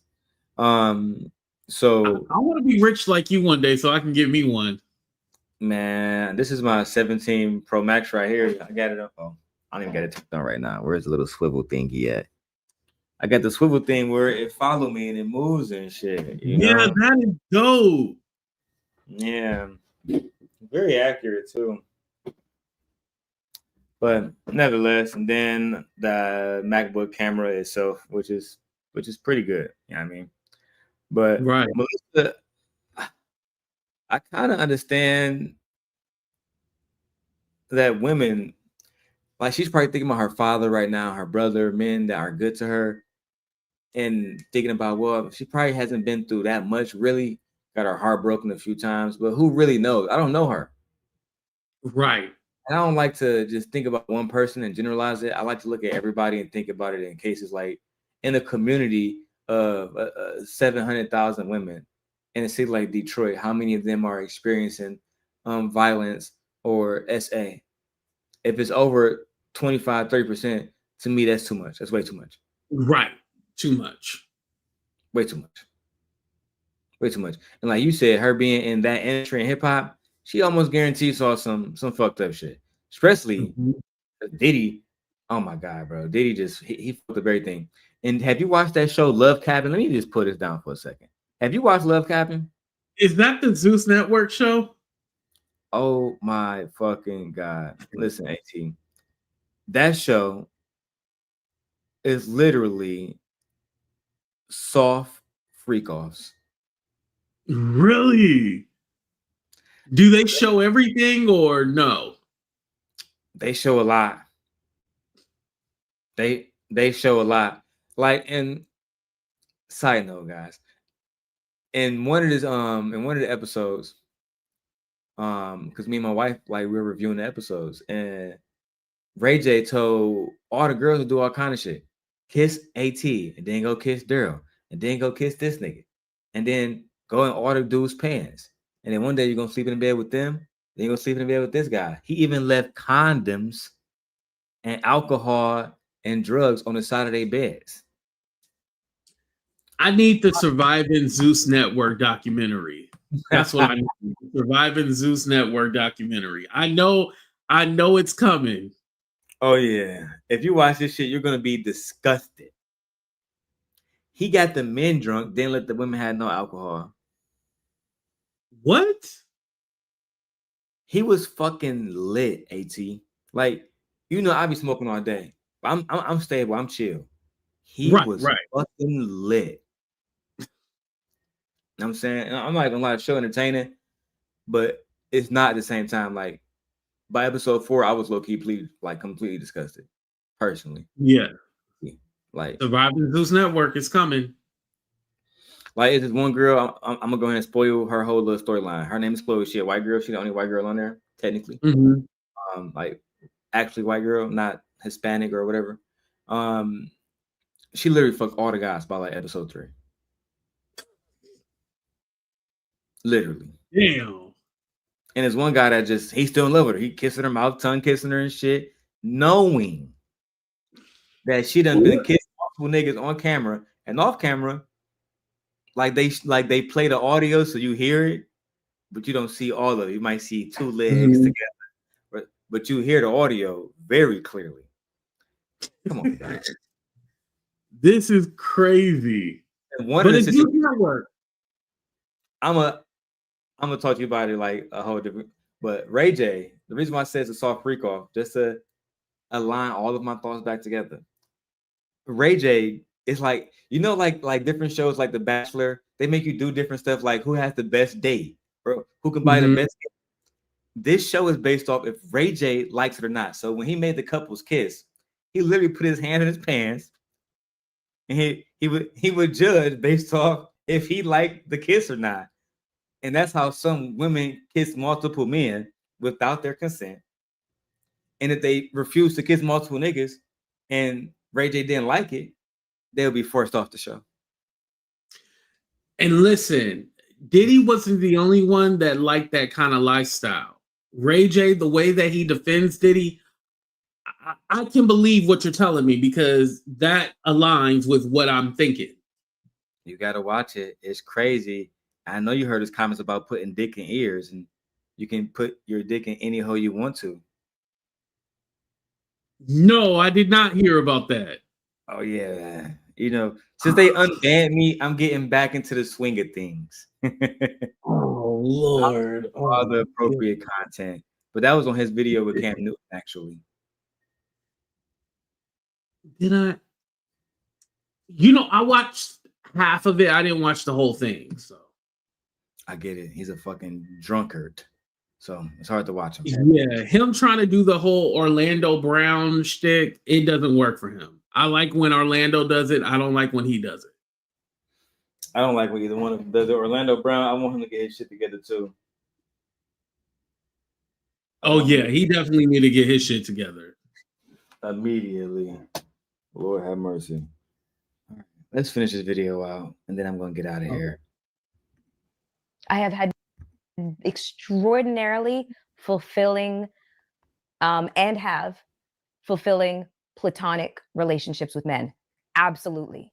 So, I have had not the greatest personal romantic relationships with men. So based off that, that all men aren't terrible human beings. I do know that. However, I will say this. You want to know one of the reasons why women watch all that murder, death, kill stuff, all the serial killer stuff? Because we're trying to understand what threat looks like. Because usually it's presented as somebody who's very, very normal. The BTK killer, Dennis Rader, he was a pillar of his community. He was a member of an active member of his church. John Wayne Gacy, same thing. Like the evil. Why they don't ever do the positive stories? Meaning like, because all. Oh, Charlemagne. Jesus Christ.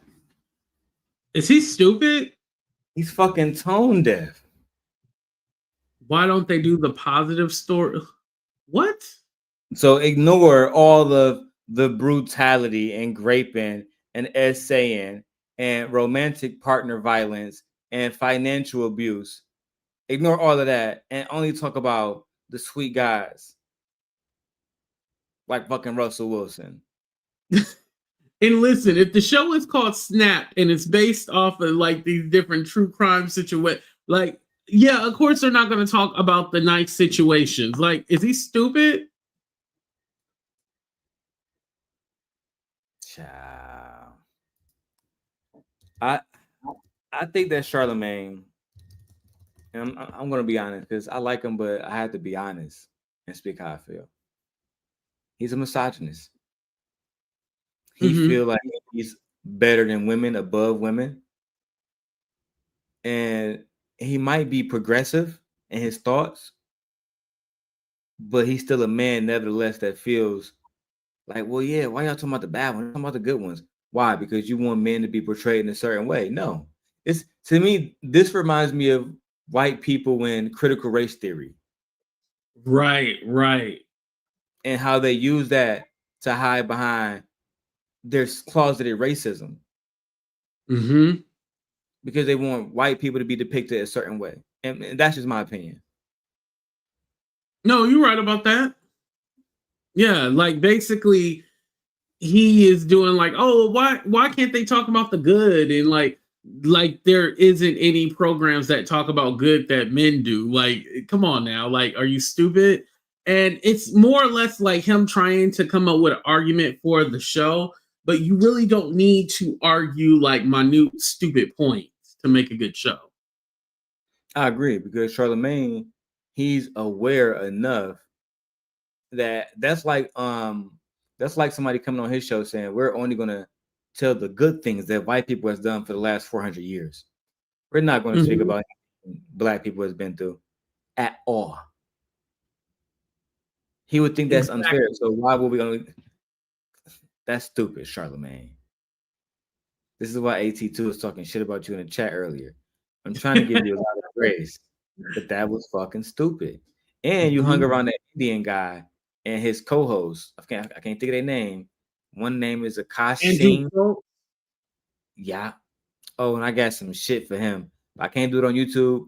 It's gonna be only on my Rumble because I have to stay unbanned. Okay. That's good. Right. I'm not saying it's not true, because it's definitely true. But propaganda works both ways. If there was a network that showed us, these great men who did right by women and protected women and held women down, your perspective wouldn't lean so much to men ain't shit, I gotta go with the bad. No, trust me, I place in my algorithm men that I know are, there's a guy named Will Hitchens online.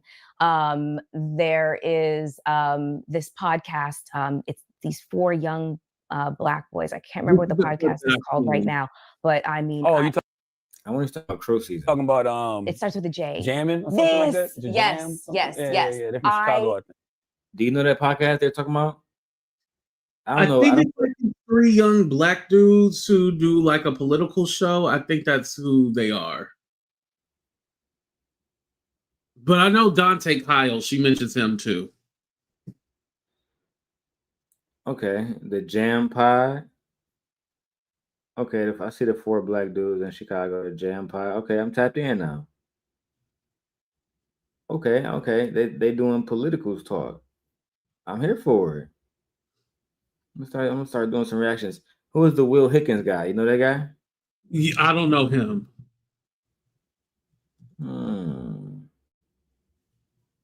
He's a white guy.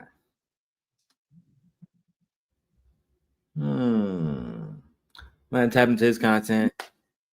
But yeah, because I know the Jam podcast, they had Hassan Piker on. So yeah, that's how I know who they are. Really? And when was this interview taken? I want to say about a month ago. Oh yeah, so they doing numbers. This is probably people that got 30,000 subscribers and up. I'm about to subscribe to all these people right now. That's what I'm over doing on my phone. Yeah, look them up on Instagram. Like, that's how I seen who they were. Okay, you don't follow them on YouTube? No. Okay, that makes sense.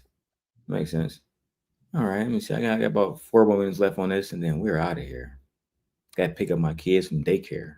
I love them because it's just, they take men and brosphere and red pillars to task, and their rhetoric is so respectful towards women. And okay, so now I'm definitely gonna have to rewind and get those guys' name, because if they're shitting on red pillars, we're all about to be best friends. That's a fact. I'm about to subtly ingratiate myself into those spaces. Yes. In a nice way. Let's see Right. what else we got here. they just have so much common sense for being so young. So I follow them. I follow Deontay Kyle. I definitely have an. That's who you mentioned. Who is Deontay Kyle?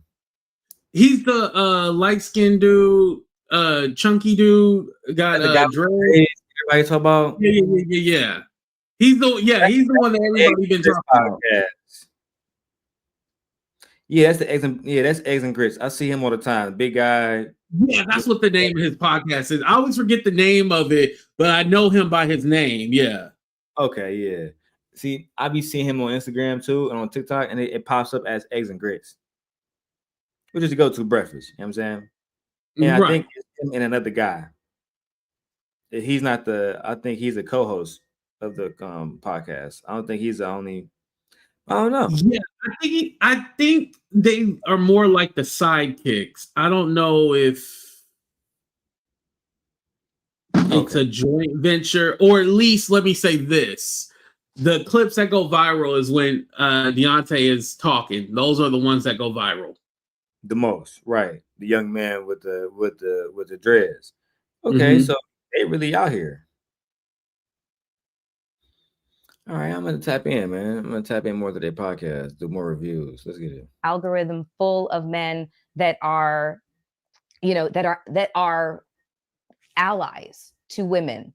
But I will also find myself in the comment section of certain things, and it's just it's very polarizing, and it pulls you. And especially, I've had my own experiences of being around a certain type of a certain group of men who exhibit groupthink, and that groupthink tends to lean very misogynistically.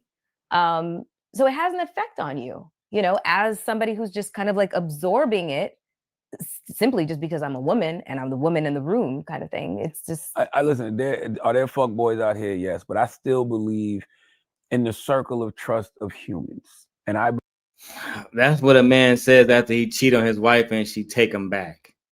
Right. The fuck are you talking about? What are you talking about, Charlamagne? Yeah, I'm starting to think that this was just a bad conversation to have with Charlamagne altogether, and we might have wasted our times here, guys. Fuck.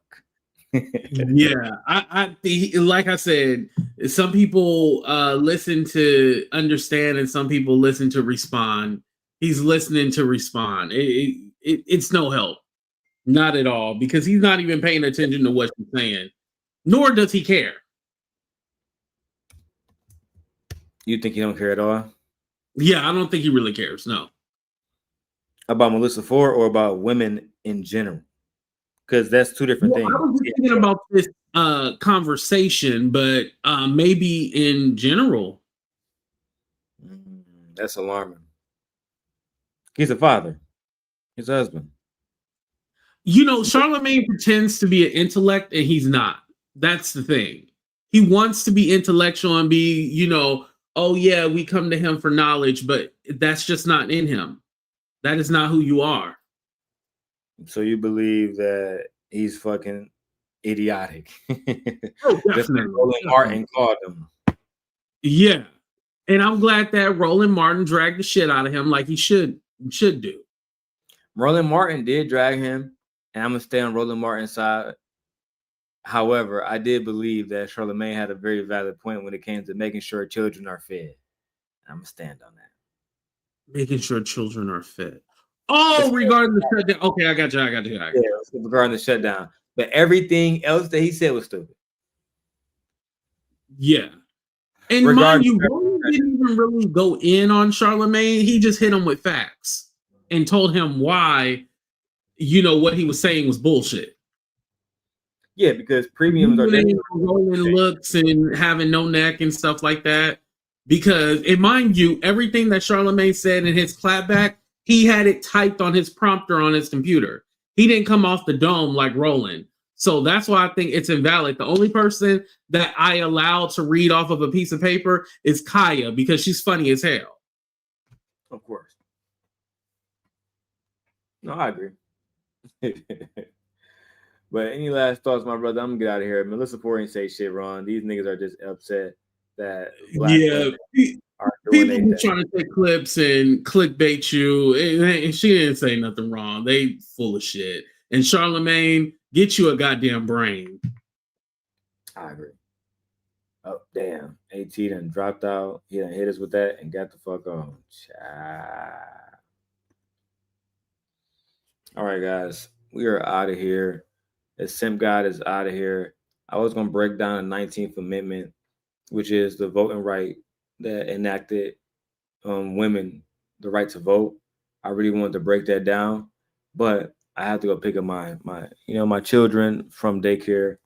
As you guys can see, I'm also doing a lot of work over here,